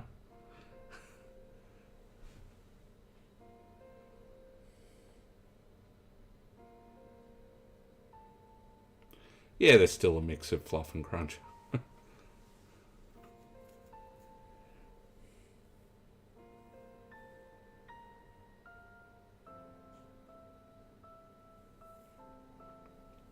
I do flick through them every now and then. When I was playing a little bit, not last year, the year before, I was reading them more seriously, but it is fun just to read a bit of the lore every now and then. It's about the most book reading I do.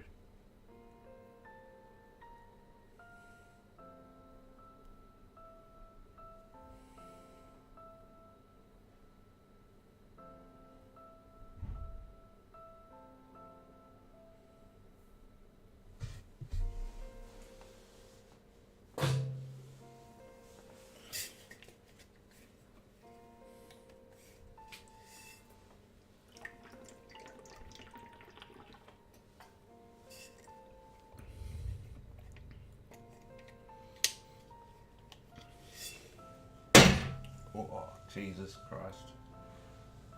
Trying to break a glass cabinet with my water bottle. Don't mind me.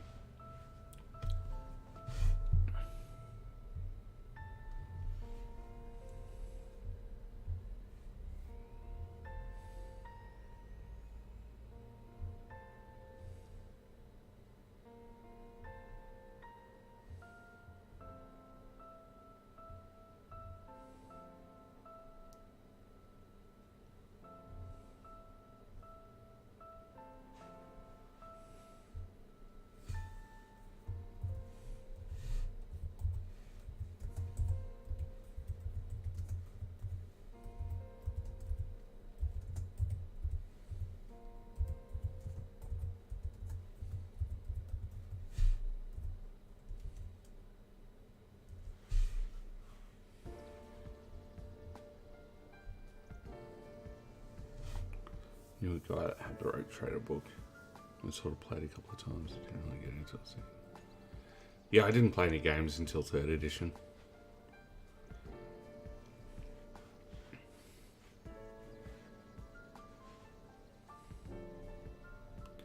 And I say play games, I mean like we kind of played with the rules and then kind of did our own thing, but we were teenagers, so we didn't have a clue. There was probably some cereal boxes and stuff for terrain as well. Usual story. Poor hammer. Poor/floor hammer. Played plenty of floor hammer.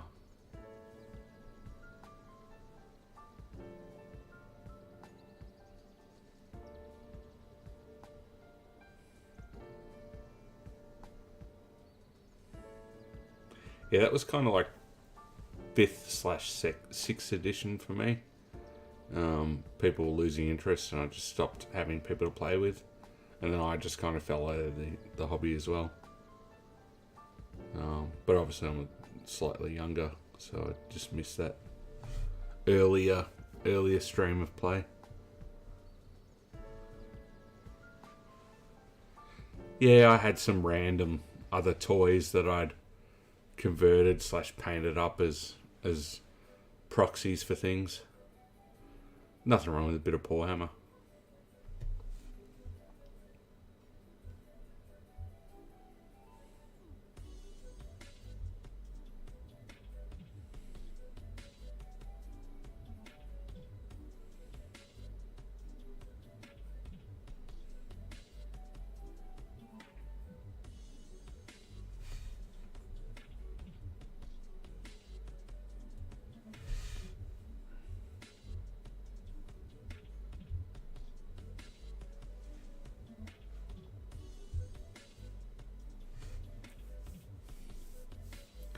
I've never played Necromunda.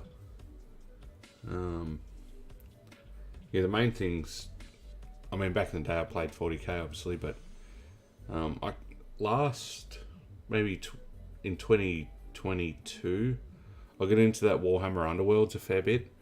I think because even though you still had minis, but you just had that one little warband, and it was like semi board game-ish, semi Warhammer Fantasy, and the games are like 20 minutes, so you could play like 2 games, and then you still had time, within an hour.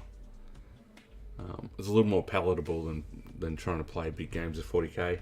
And then when I could, Kill Team was good for sort of quick 1 hour games or less. But I remember games of Paw / Floor Hammer going for just hours and hours and hours on end.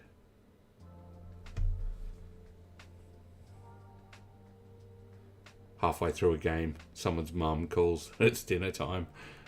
So you gotta leave all your shit on the floor and go for dinner.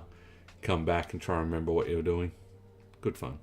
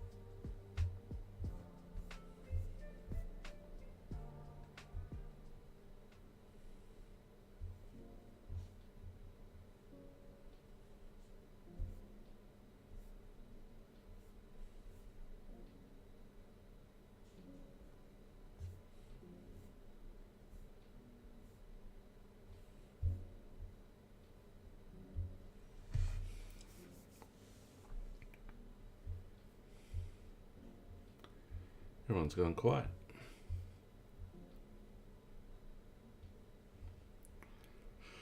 Yeah, the plan for today was to move some furniture around in my office so I could actually start doing some painting and stuff again. But when the temps started getting over 40, I just decided it was too warm for doing any physical activity. Oh, I want a night snack. No, it's nearly dinner time. I probably shouldn't have a snack now. What was on the menu, Seth? What are we snacking on?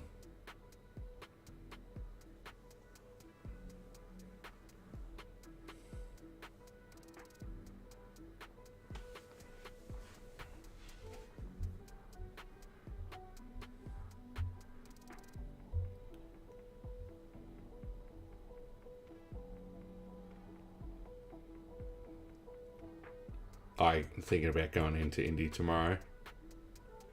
Cheese and have you guys got Aldi there? Like the German sort of cheaper supermarket chain?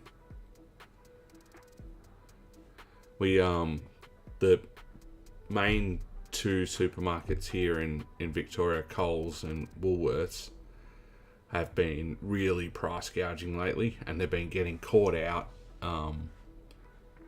with like dodgy on sale labels and shit. So anyway, we're sort of sick of paying too much for groceries, so we tried Aldi, and I bought some of their brand like cheddar cheese and stuff to have some cheese and crackers. So you've just reminded me I need to that might be tonight's snack after dinner. Some cheese and crackers. Except I don't know if I have any crackers. That could be a problem. But yes. The two large grocery networks here are currently in the middle of a merger. Yeah, I think the two large ones here are still separate. But yeah, they've been straight up caught out lying with prices and stuff. And I think there is an inquiry coming up with the government finding out what the fuck's going on with them. Yeah, I've got a Costco about 45 minutes from me. That I've got a membership and stuff. I don't mind going there a couple of times a year, but it's just that far away that it becomes sort of inconvenient. Plus, it's always chaotic there, and I get frustrated, and too many people, and it just does my head in. But yeah, I don't mind the old Costco shop.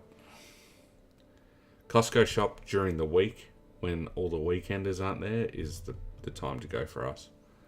But I don't always have time, and Kim works during the week.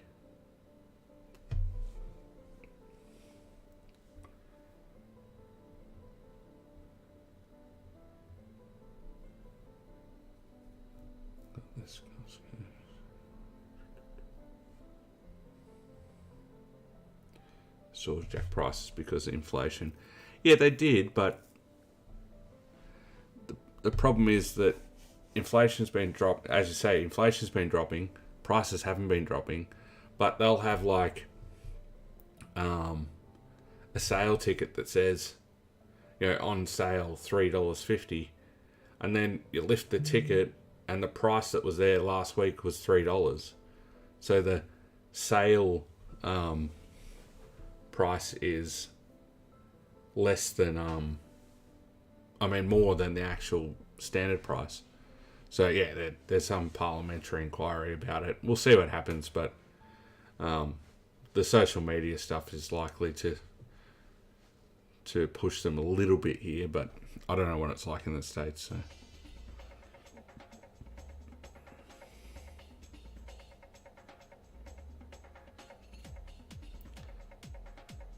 Yep, pretty much. You can't win sometimes.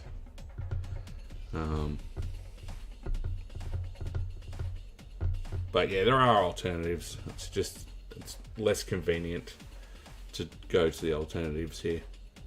Kim likes to just order online and go and pick it up, and that comes with the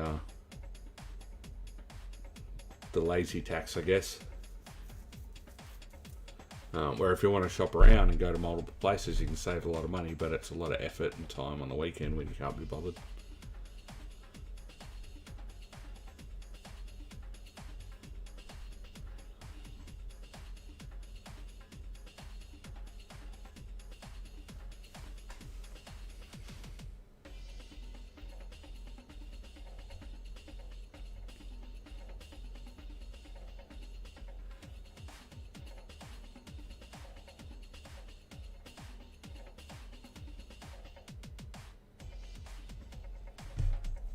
We might wrap it up soon. Everyone's getting tired and it's nearing close to my dinner time.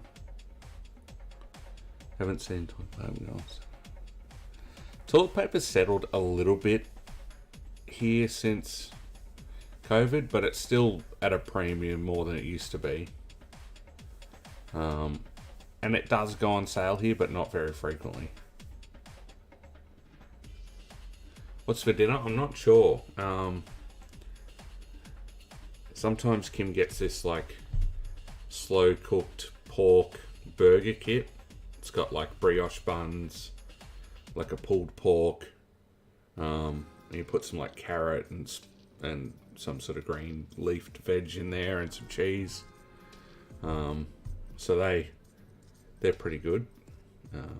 If not, there's probably a lasagna or something along those lines I can cook a garlic bread with. Won't be anything particularly healthy tonight. Just want something tasty. Yeah, we don't have Sam's Club here, so it's either the normal grocery chains or going to Costco if you can be bothered. I mean, that being said, some people are really close to Costco, so they just go, but we've only got 2 in Melbourne. And again, one's like 45 from here, and then the other one's like an hour from here, so would go more, but yeah. Yeah, I saw Sam's when we were over there a decade ago, but I didn't go into one. I did go into a Costco when I was over there. Just using Walmart supply chain. Yeah, okay.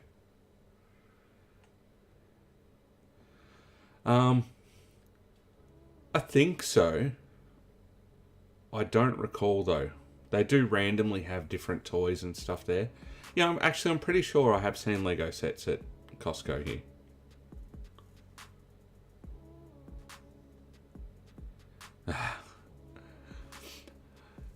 I'm used to it, Seth. I'm not in a country town by any means, but where I am is like the nearest mall is 20 minutes, so I'm just used to driving. And for work, I drive anywhere between 40 minutes and hours on end to go to different consultations and inspections and stuff like that. So it doesn't bother me driving somewhere for work. But for doing groceries, it's a little bit out of the way, going 45 minutes. Yeah, I guess, Reva, I'm just not at Costco enough to see it. Plus, Lego sets. I don't buy much Lego anymore, but I do have a couple of big sets inside. I've got a Mold King knockoff of the big Lee Bear earth-moving digger equipment thing. I forget what it's called. Aaron probably know. The big grey one. And I've also got the 1/8 scale supercars. I've got the Lamborghini and the Bugatti to build. Yeah, she sent me a picture before, Aaron. Looks good. But yeah, I've got the Bugatti and the Lamborghini to build, which I'll probably build at this desk at some point. Maybe do it, just build and film, and if people happen to come by, I'll talk to them. That sort of stream.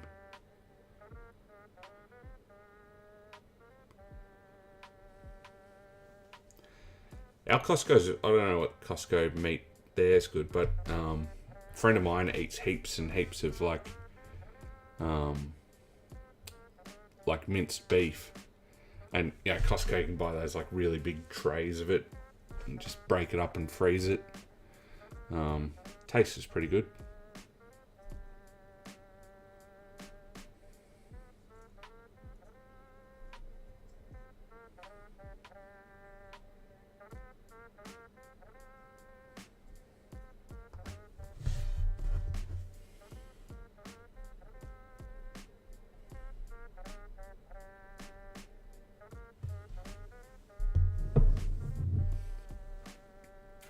Live and learn.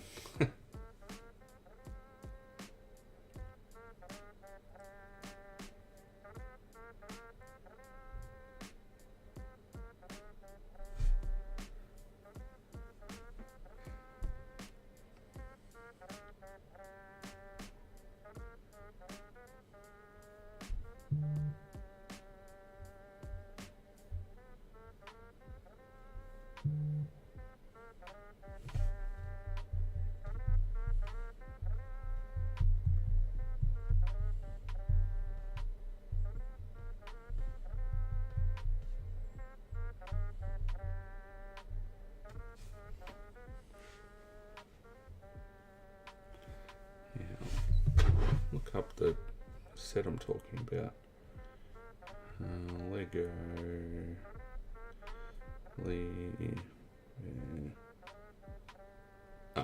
Yeah, that's the one.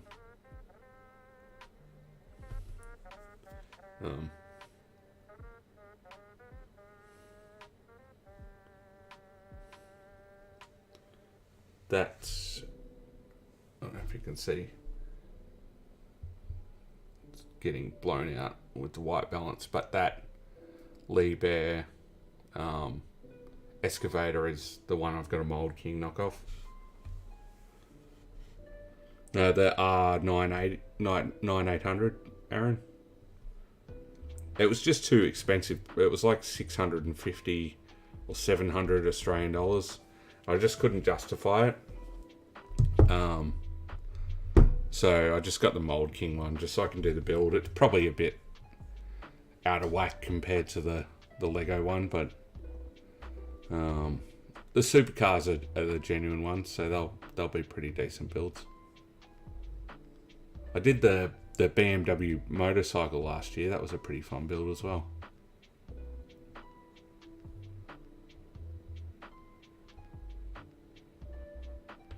I need to find a way to safely dust 2 or so years of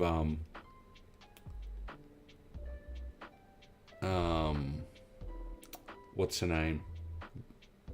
2 or so years of like stuck on dust from my UCS Millennium Falcon, to try and move that into my display cabinet, but it might be a very slow, tedious process of brushing it off with a light brush. Interesting, some posts here aren't coming up on your screen. What posts are you talking about, Seth?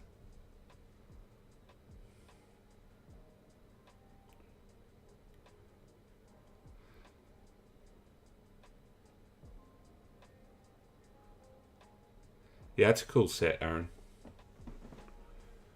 Yeah, that happens to me when I'm watching streams sometimes. Actually, I type a post and send it through.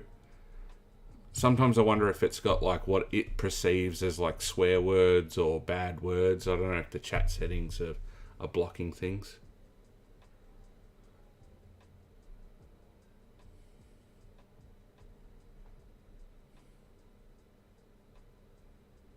Strange.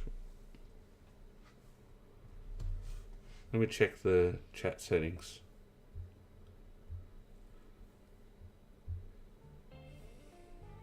It might just be a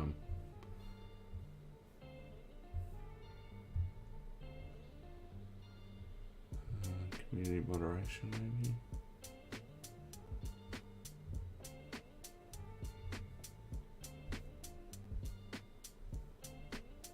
I've got no blocked words on.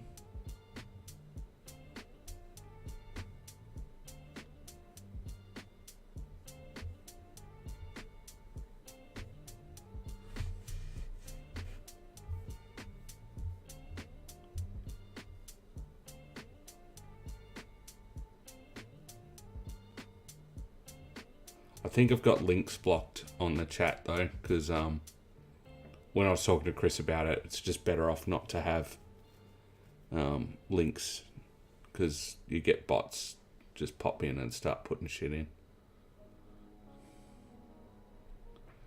If you got links, just maybe send them in the in my Discord or something.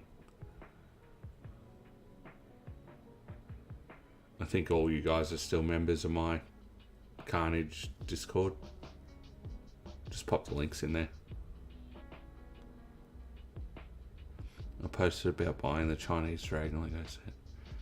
Is that the new one?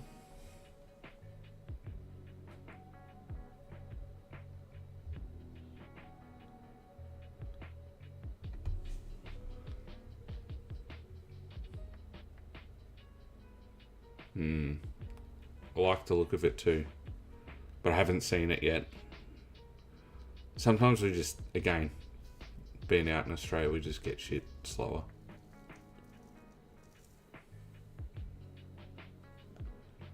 Didn't post a link.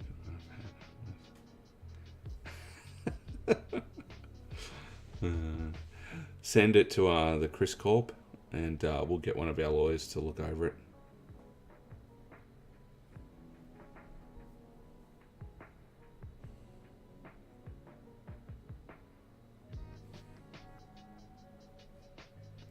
I love dragons too. I've got a giant dragon tattooed to my back.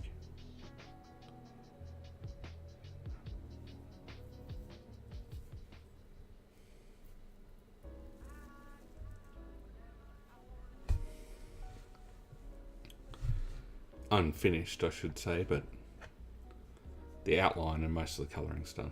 Just got to get all the detail work done. But you get over getting needles shoved into your back thousands of times for hours on end.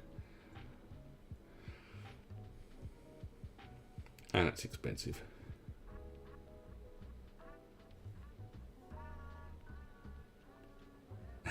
No fairies, unfortunately, for you. Very fortunately for me. Definitely no fairies.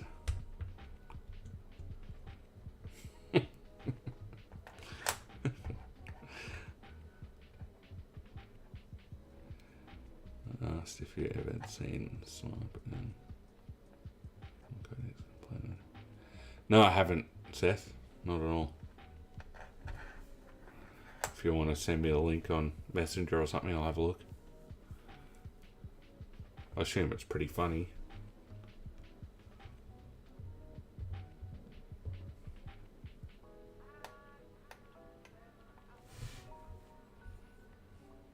How's them cheese and crackers going? I really want cheese and crackers now. Snipe is Australian. Lives in the UK now. Oh, okay, cool. The only, I mean, there's a few Australian channels, but the main Australian is Major Kill with anything 40k content. Gone. Oh. What sort of crackers were you eating them with the cheese with? I don't mind a Savoy. I don't know if you guys have Savoys.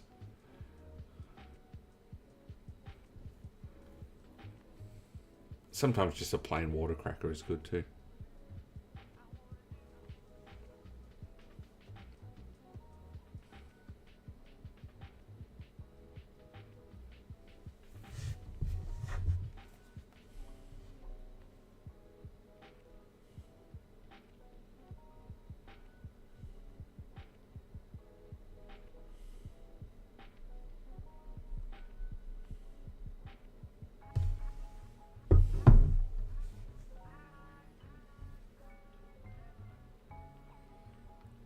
Was a mini soft truffle cheese with sourdough crackers. I don't think I've ever had a sourdough cracker. At Christmas this year, I went to a family Christmas just before, like maybe a week before, and my cousin lives in this little country area, and they do a lot of artisanal cheeses and things that they sell at markets. Anyway, she brought this goat's cheese, and I not that I could recall ever had a goat's cheese before. It was a little bit salty, but it was really, really, really tasty. Had a very, very similar, like, it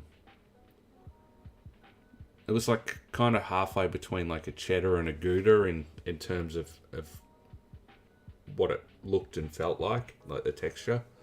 But it was super tasty. And I need to figure out if I can get it locally, because she lives about 2 or 3 hours north of me. The crispy. Okay, a little bit crunchy.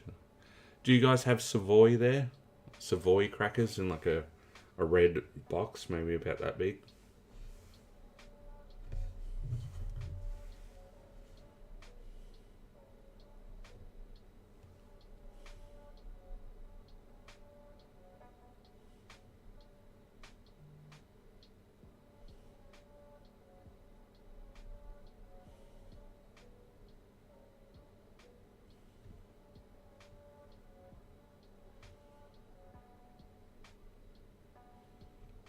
They're made by Arnott's.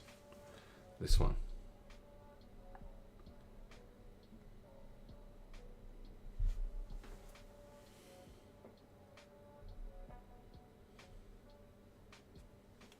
They're a little bit salty and a little bit sweet at the same time. Like a thicker,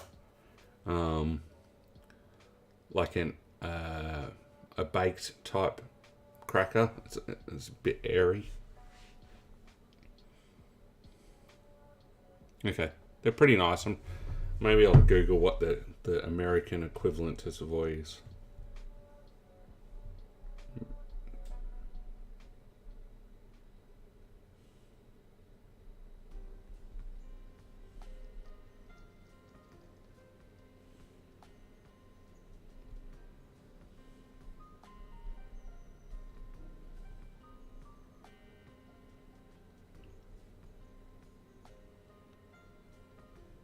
Oh, they're the same as like a Jats cracker for you guys. Very similar to Jats. Made by Arnott still. I don't know if that you have a Jats cracker there. Ritz. Let me have a look.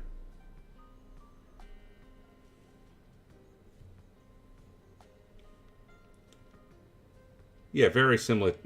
Ritz are almost the same thing. Yeah.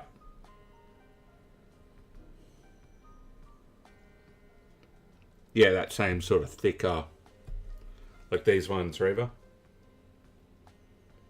Yeah, Savoy or Jats would be the equivalent of Ritz crackers.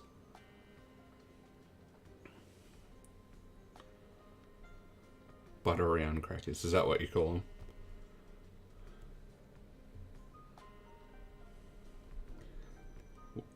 I went to I think Aaron, I sent that picture to you the other day where I went to that USA.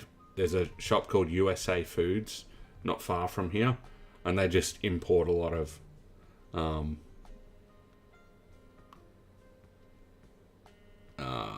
not so much perishable stuff, but canned and sauces and drinks and all that sort of stuff. And they had Stacks, which are like Pringles. So I got a big can of Stacks, and then is it Fritos, the brand?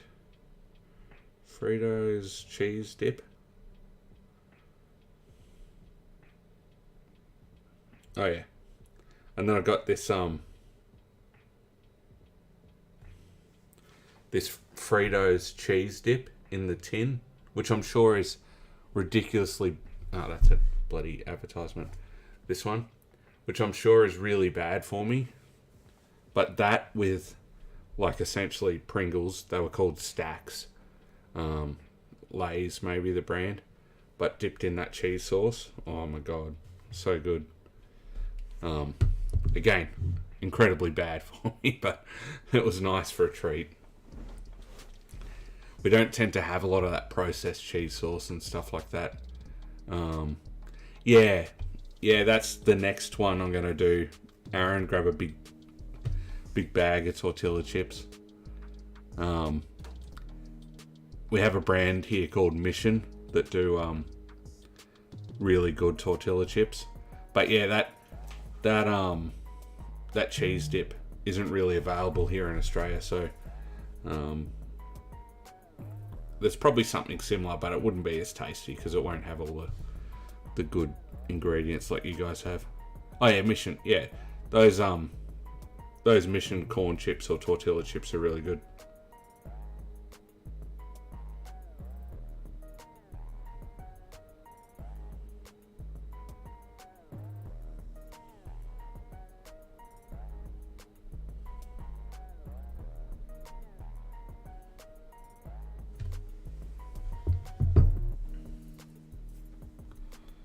Mexican grocery store.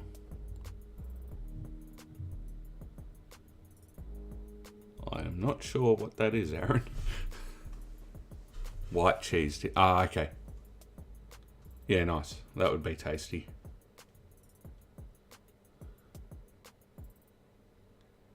Yeah, that's right. Well, that's the thing. I'm glad that store isn't close enough for me to go and get that cheese dip all the time, because I'd definitely be eating cheese dip way too much. And I'm trying to lose weight, not gain it. I put way too much on over COVID.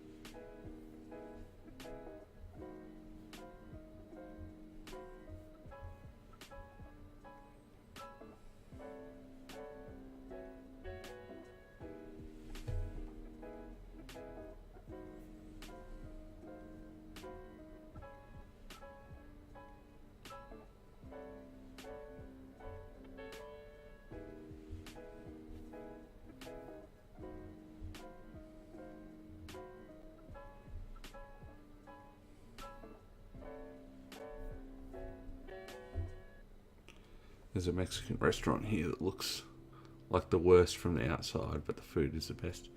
Yeah, so fish and chips isn't a big thing in the States, is it? It's more of an English and Australian thing, I think. Like deep fried fish and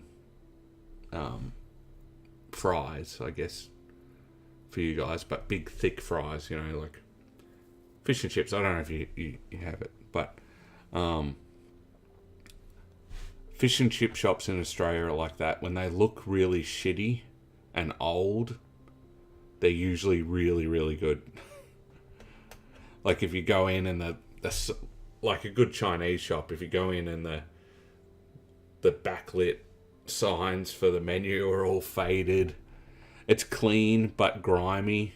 Like it's not like you feel like you're going to get food poisoning, but it's kind of grimy in the shop. There's some old Asians or old Greeks running the joint. It's probably going to be pretty good. There's some places have decent chippy, but it's premium places. Yeah, okay. Yeah, no. What an Australian thing to say. Yeah, no. Yes, no, there is some really good fish and chip shops here, but it's just like a pizza shop here. You'll find yeah. I don't often say that. It's funny. Fish and chip shops are like every town in Australia. It'd be very uncommon to not find one.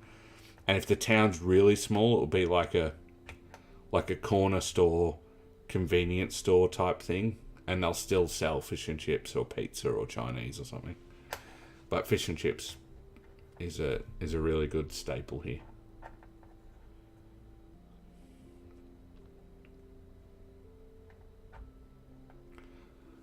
And if you can find them these days where they still cut their own potatoes for the chips and make their own potato cakes and their own batter for the fish, then it really is quality. Some of the frozen stuff's not as great these days. A lot of restaurants here have fish and chips. Yeah, restaurants will do like for example, here it's really common to get beer battered flathead tails and chips, or some sort of battered fish and chips at a restaurant, but it's definitely not the same as going to a fish and chip store. It's just a different style of fish and chips.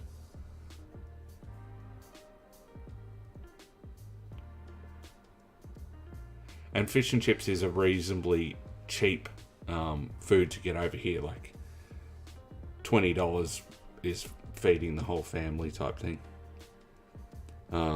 Especially if you're not getting a lot of actual pieces of large fish. But even then, maybe $30 to feed a family. So it's quite cheap food, but it's not great for you, but it's tasty. The apartments I lived in before buying my house, there was a Mexican grocery store with a Mexican grandma in the back of it. And go 2 times a month to get tacos. Oh, you're so skinny. Let me get you an extra one. Yeah. I was at a house the other day, and these old European couple were there, and something came up about losing weight or gaining weight or whatever, and I say, I'm trying to lose weight, and the old lady goes, "Are you married?" And I go, "Yeah." And she goes, oh, that's fine then. Means you've been looked after. You know, it's that old attitude of, you're too skinny, eat more. It's quite funny. I find that quite amusing. I'm like, no, actually, I'd like to lose some of this belly.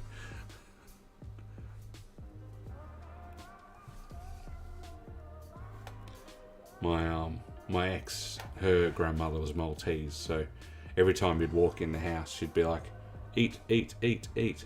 You hungry? You want more? You're like dying on the back of the couch, getting a plate of food put in front of you.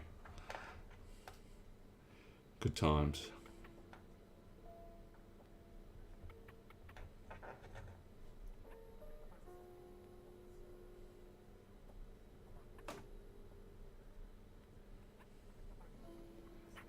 Aaron, that restaurant we went to when we were over there and had that mac and cheese, I don't remember what the restaurant was called, but it's still one of the best mac and cheeses I've ever had in my life.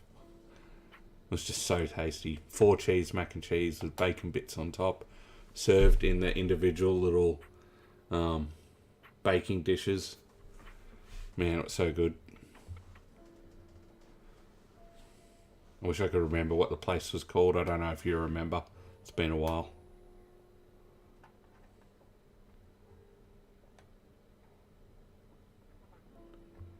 Man, it was so good.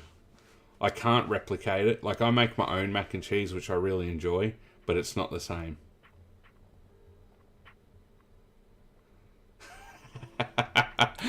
Biscuits and gravy. Core Chris memory.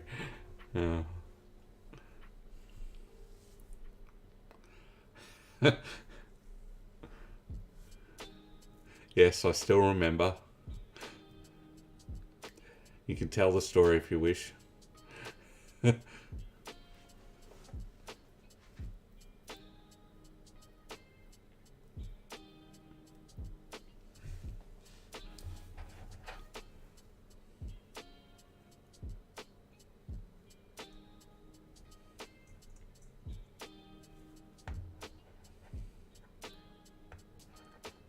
Like, obviously biscuits are like scones here, but I just never heard of it and never had the combination of it. Light or thumbs.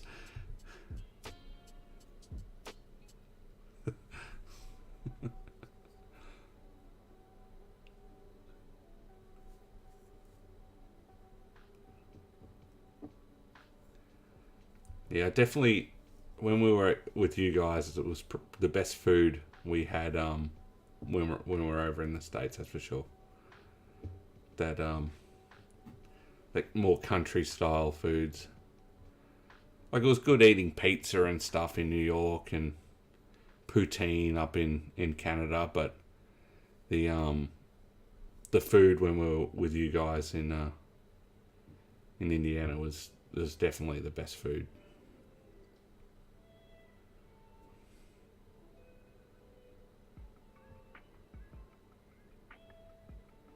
Oh yeah, of course, but it's sometimes the simplest foods are the best foods.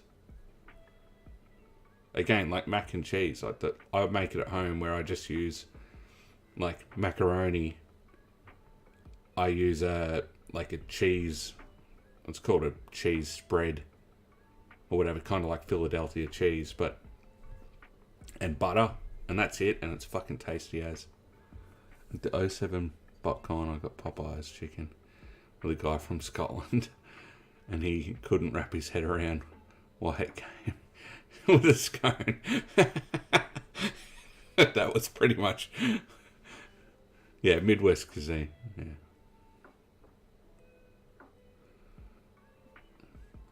It really was. That we need to figure out what that place was called, Aaron, and if it still exists. But that mac and cheese was just fucking incredible. And the biscuits and gravy go pretty well too. Freaking love meatloaf and mashed potatoes. My mum makes a meatloaf that is incredible. If you're ever over here, Reva, we'll go to dinner at my mum's place and we'll have meatloaf. No, you didn't get me a tenderloin.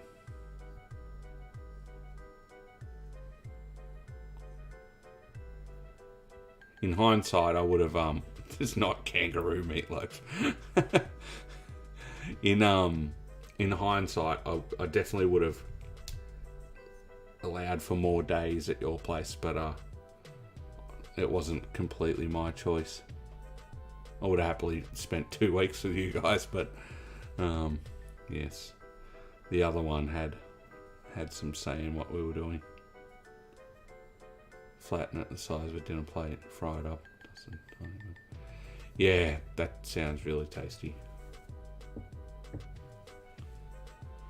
I'm going to be so hungry by the time I eat my dinner.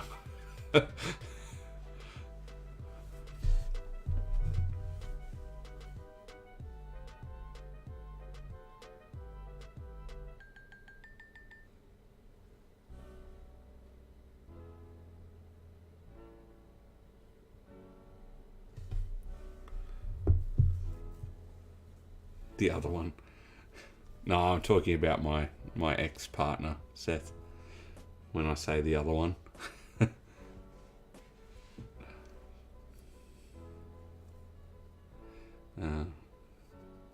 She cost me a lot of stress and even more money, so the other one is about all that she's going to get. In your Discord and separate a version of the Hangout line. Let me have a look.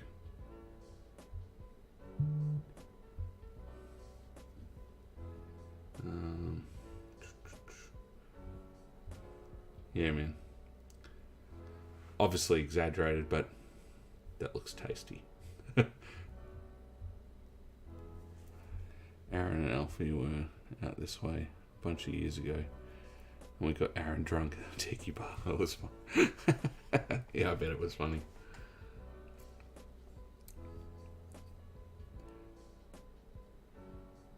We, I think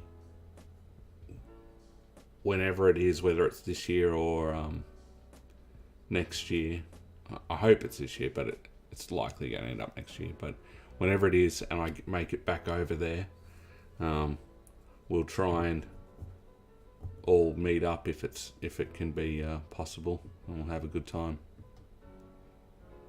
and we can get Aaron drunk again.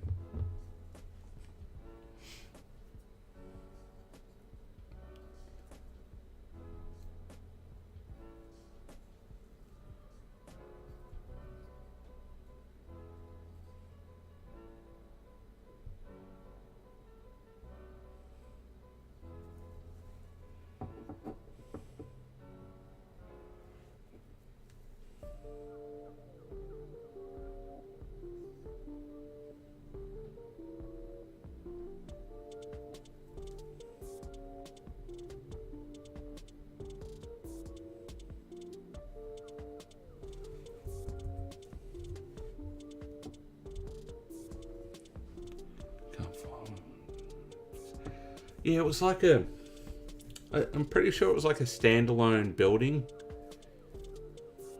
Like a big family restaurant looking place. If I was still talking to the other one, I would ask her if she had any receipts or anything. I might even have them in my filing cabinet because I think she kept a lot of that stuff when we went. But yeah, I wish I could remember what the restaurant was. Yeah, I know where we got biscuits and gravy. I can remember that vividly. I can even, again, core memory, I can picture where we parked and the trees on the other side of the road and whatnot. But and I can kind of picture the restaurant that we had dinner at, but I just, for the life of me, I couldn't tell you what the name was.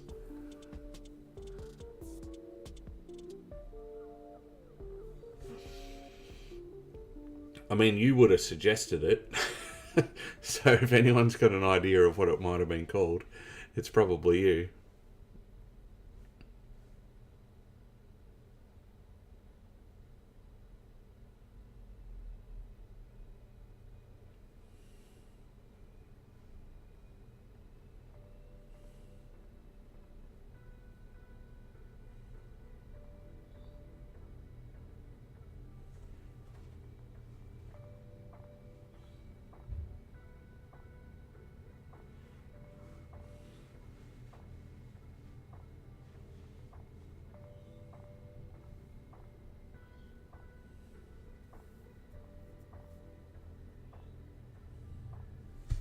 wonder if I might just look on my... No, it wasn't. It wasn't a chain, I don't think.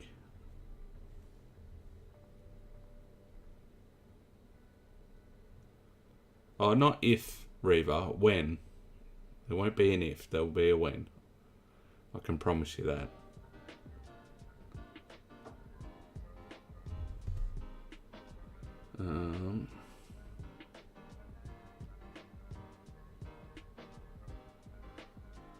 Yeah, no, I'm 99% certain it wasn't a chain.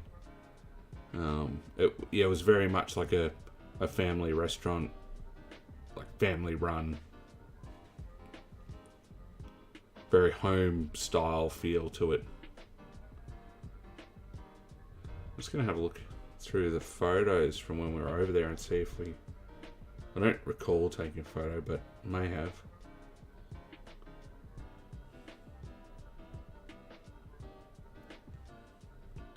Didn't actually take many photos of that part of the trip. I think we were just really busy hanging out, having fun.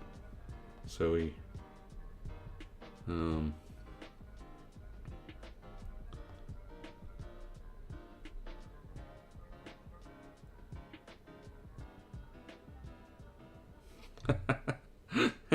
Definitely wasn't Olive Garden.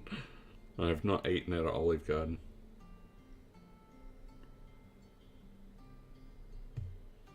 When was it again? June 2014?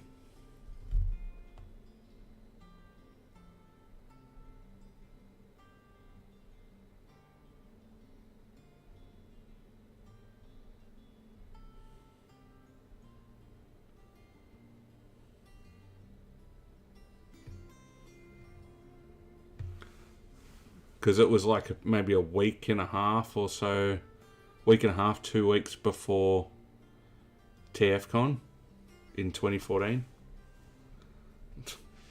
Not Outback. If I want Australian steakhouse, I'm not going to go to America for it. Might be good, but...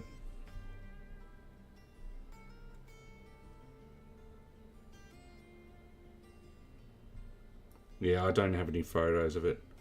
It's weird that we didn't... Yeah. That's kind of a regret, actually, that we didn't take many photos when we were with you guys.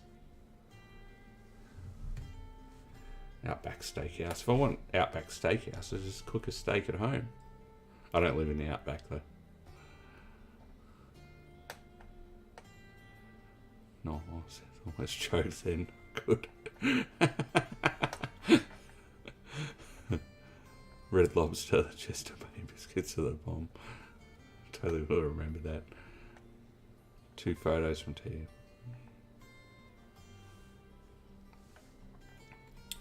Yeah, I've got photos from TFCon, I'm pretty sure. But not from when we were actually at your place for those few days.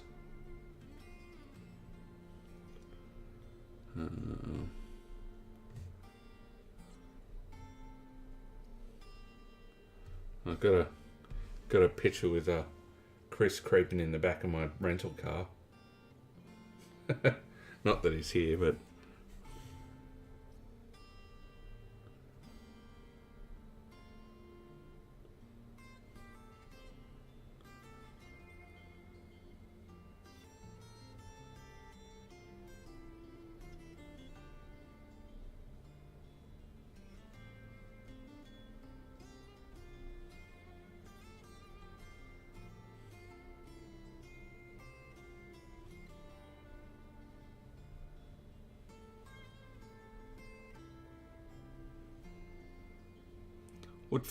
What 2 photos have you got from TFCon, Aaron? You'll have to send them to me.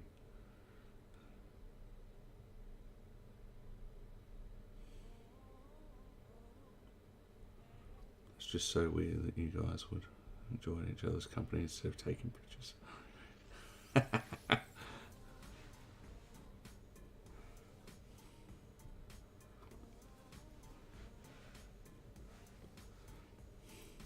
I mean, it's good that we were having a good enough time and hanging out that we weren't thinking about our phones and whatnot, but It would have been nice to record some of the memories though.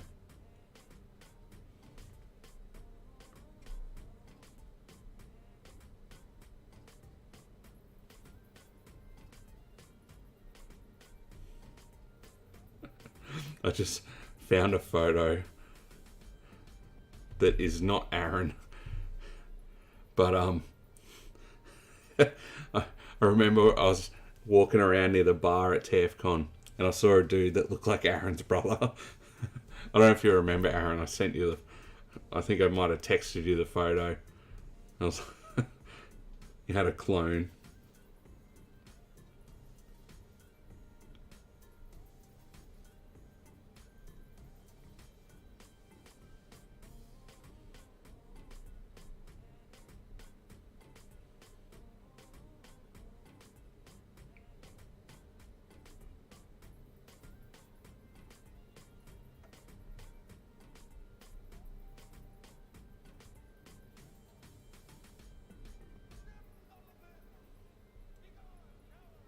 Yeah, I'm not a fan of doing the photos of food thing.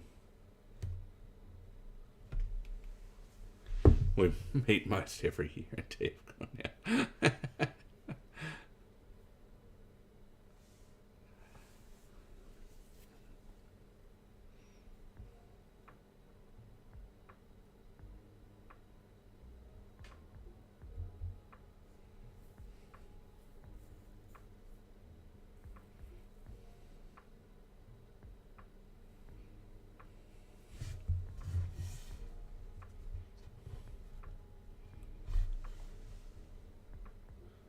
Aaron, did Alfie take any pictures of us when we were at your place or at TFCon?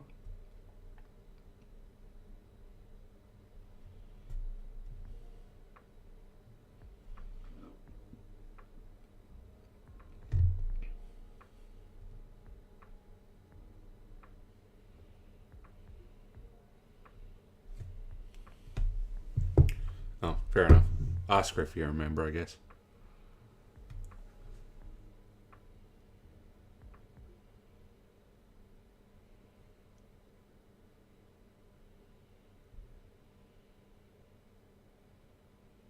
Me with 2 Lego bags. Yeah, I remember going to the Lego store in Indy.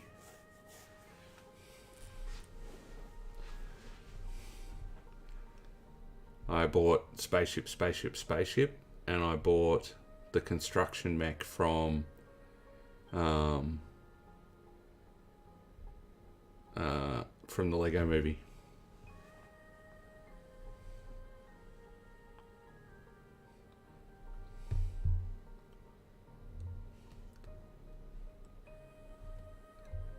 Send them through to me, Aaron. I want to have a look. They'll probably make me happy and sad all at the same time.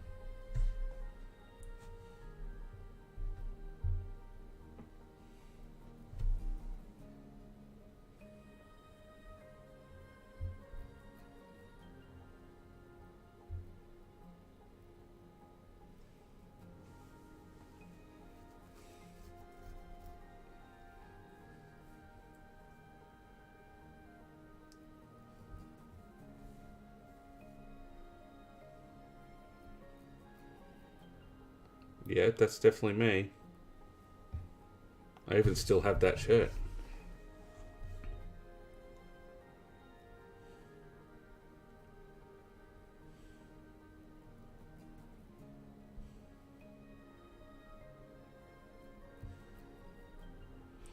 I was in alright shape back then too.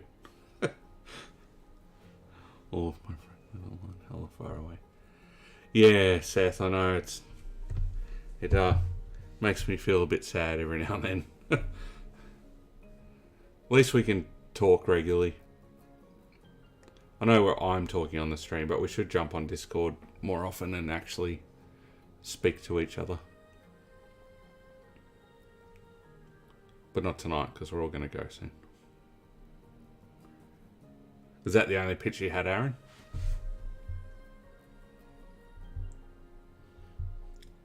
I swear I was carrying... other stuff that wasn't mine there. I don't think I bought that much.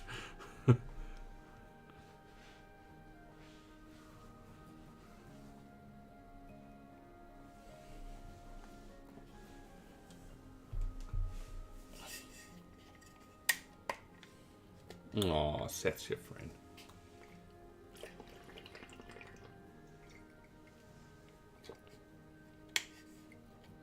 Niagara Falls at Alfie.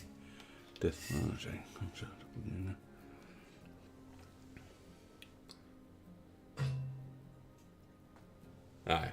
Yep. Oh well. We'll make some memories next time. You've got a photo of my large back, so you can treasure that.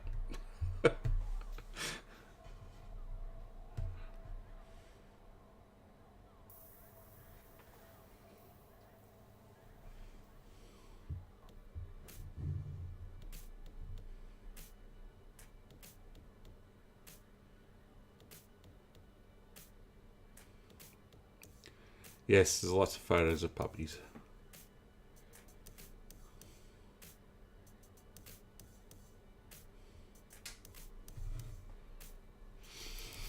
Alright guys, I might wrap it up.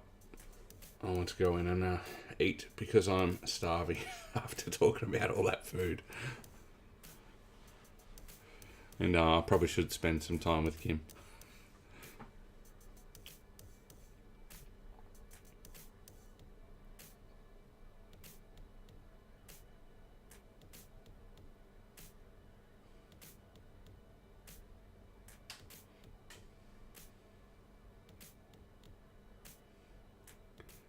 Yeah, I might do that one night this week, actually, Aaron. See if Kimmy likes it or not. Thanks, Reva. Thanks for coming and hanging out. Always appreciate you. Get the ingredients, learn to do it yourself. Yeah, man. I'm sure it's easy enough to figure out.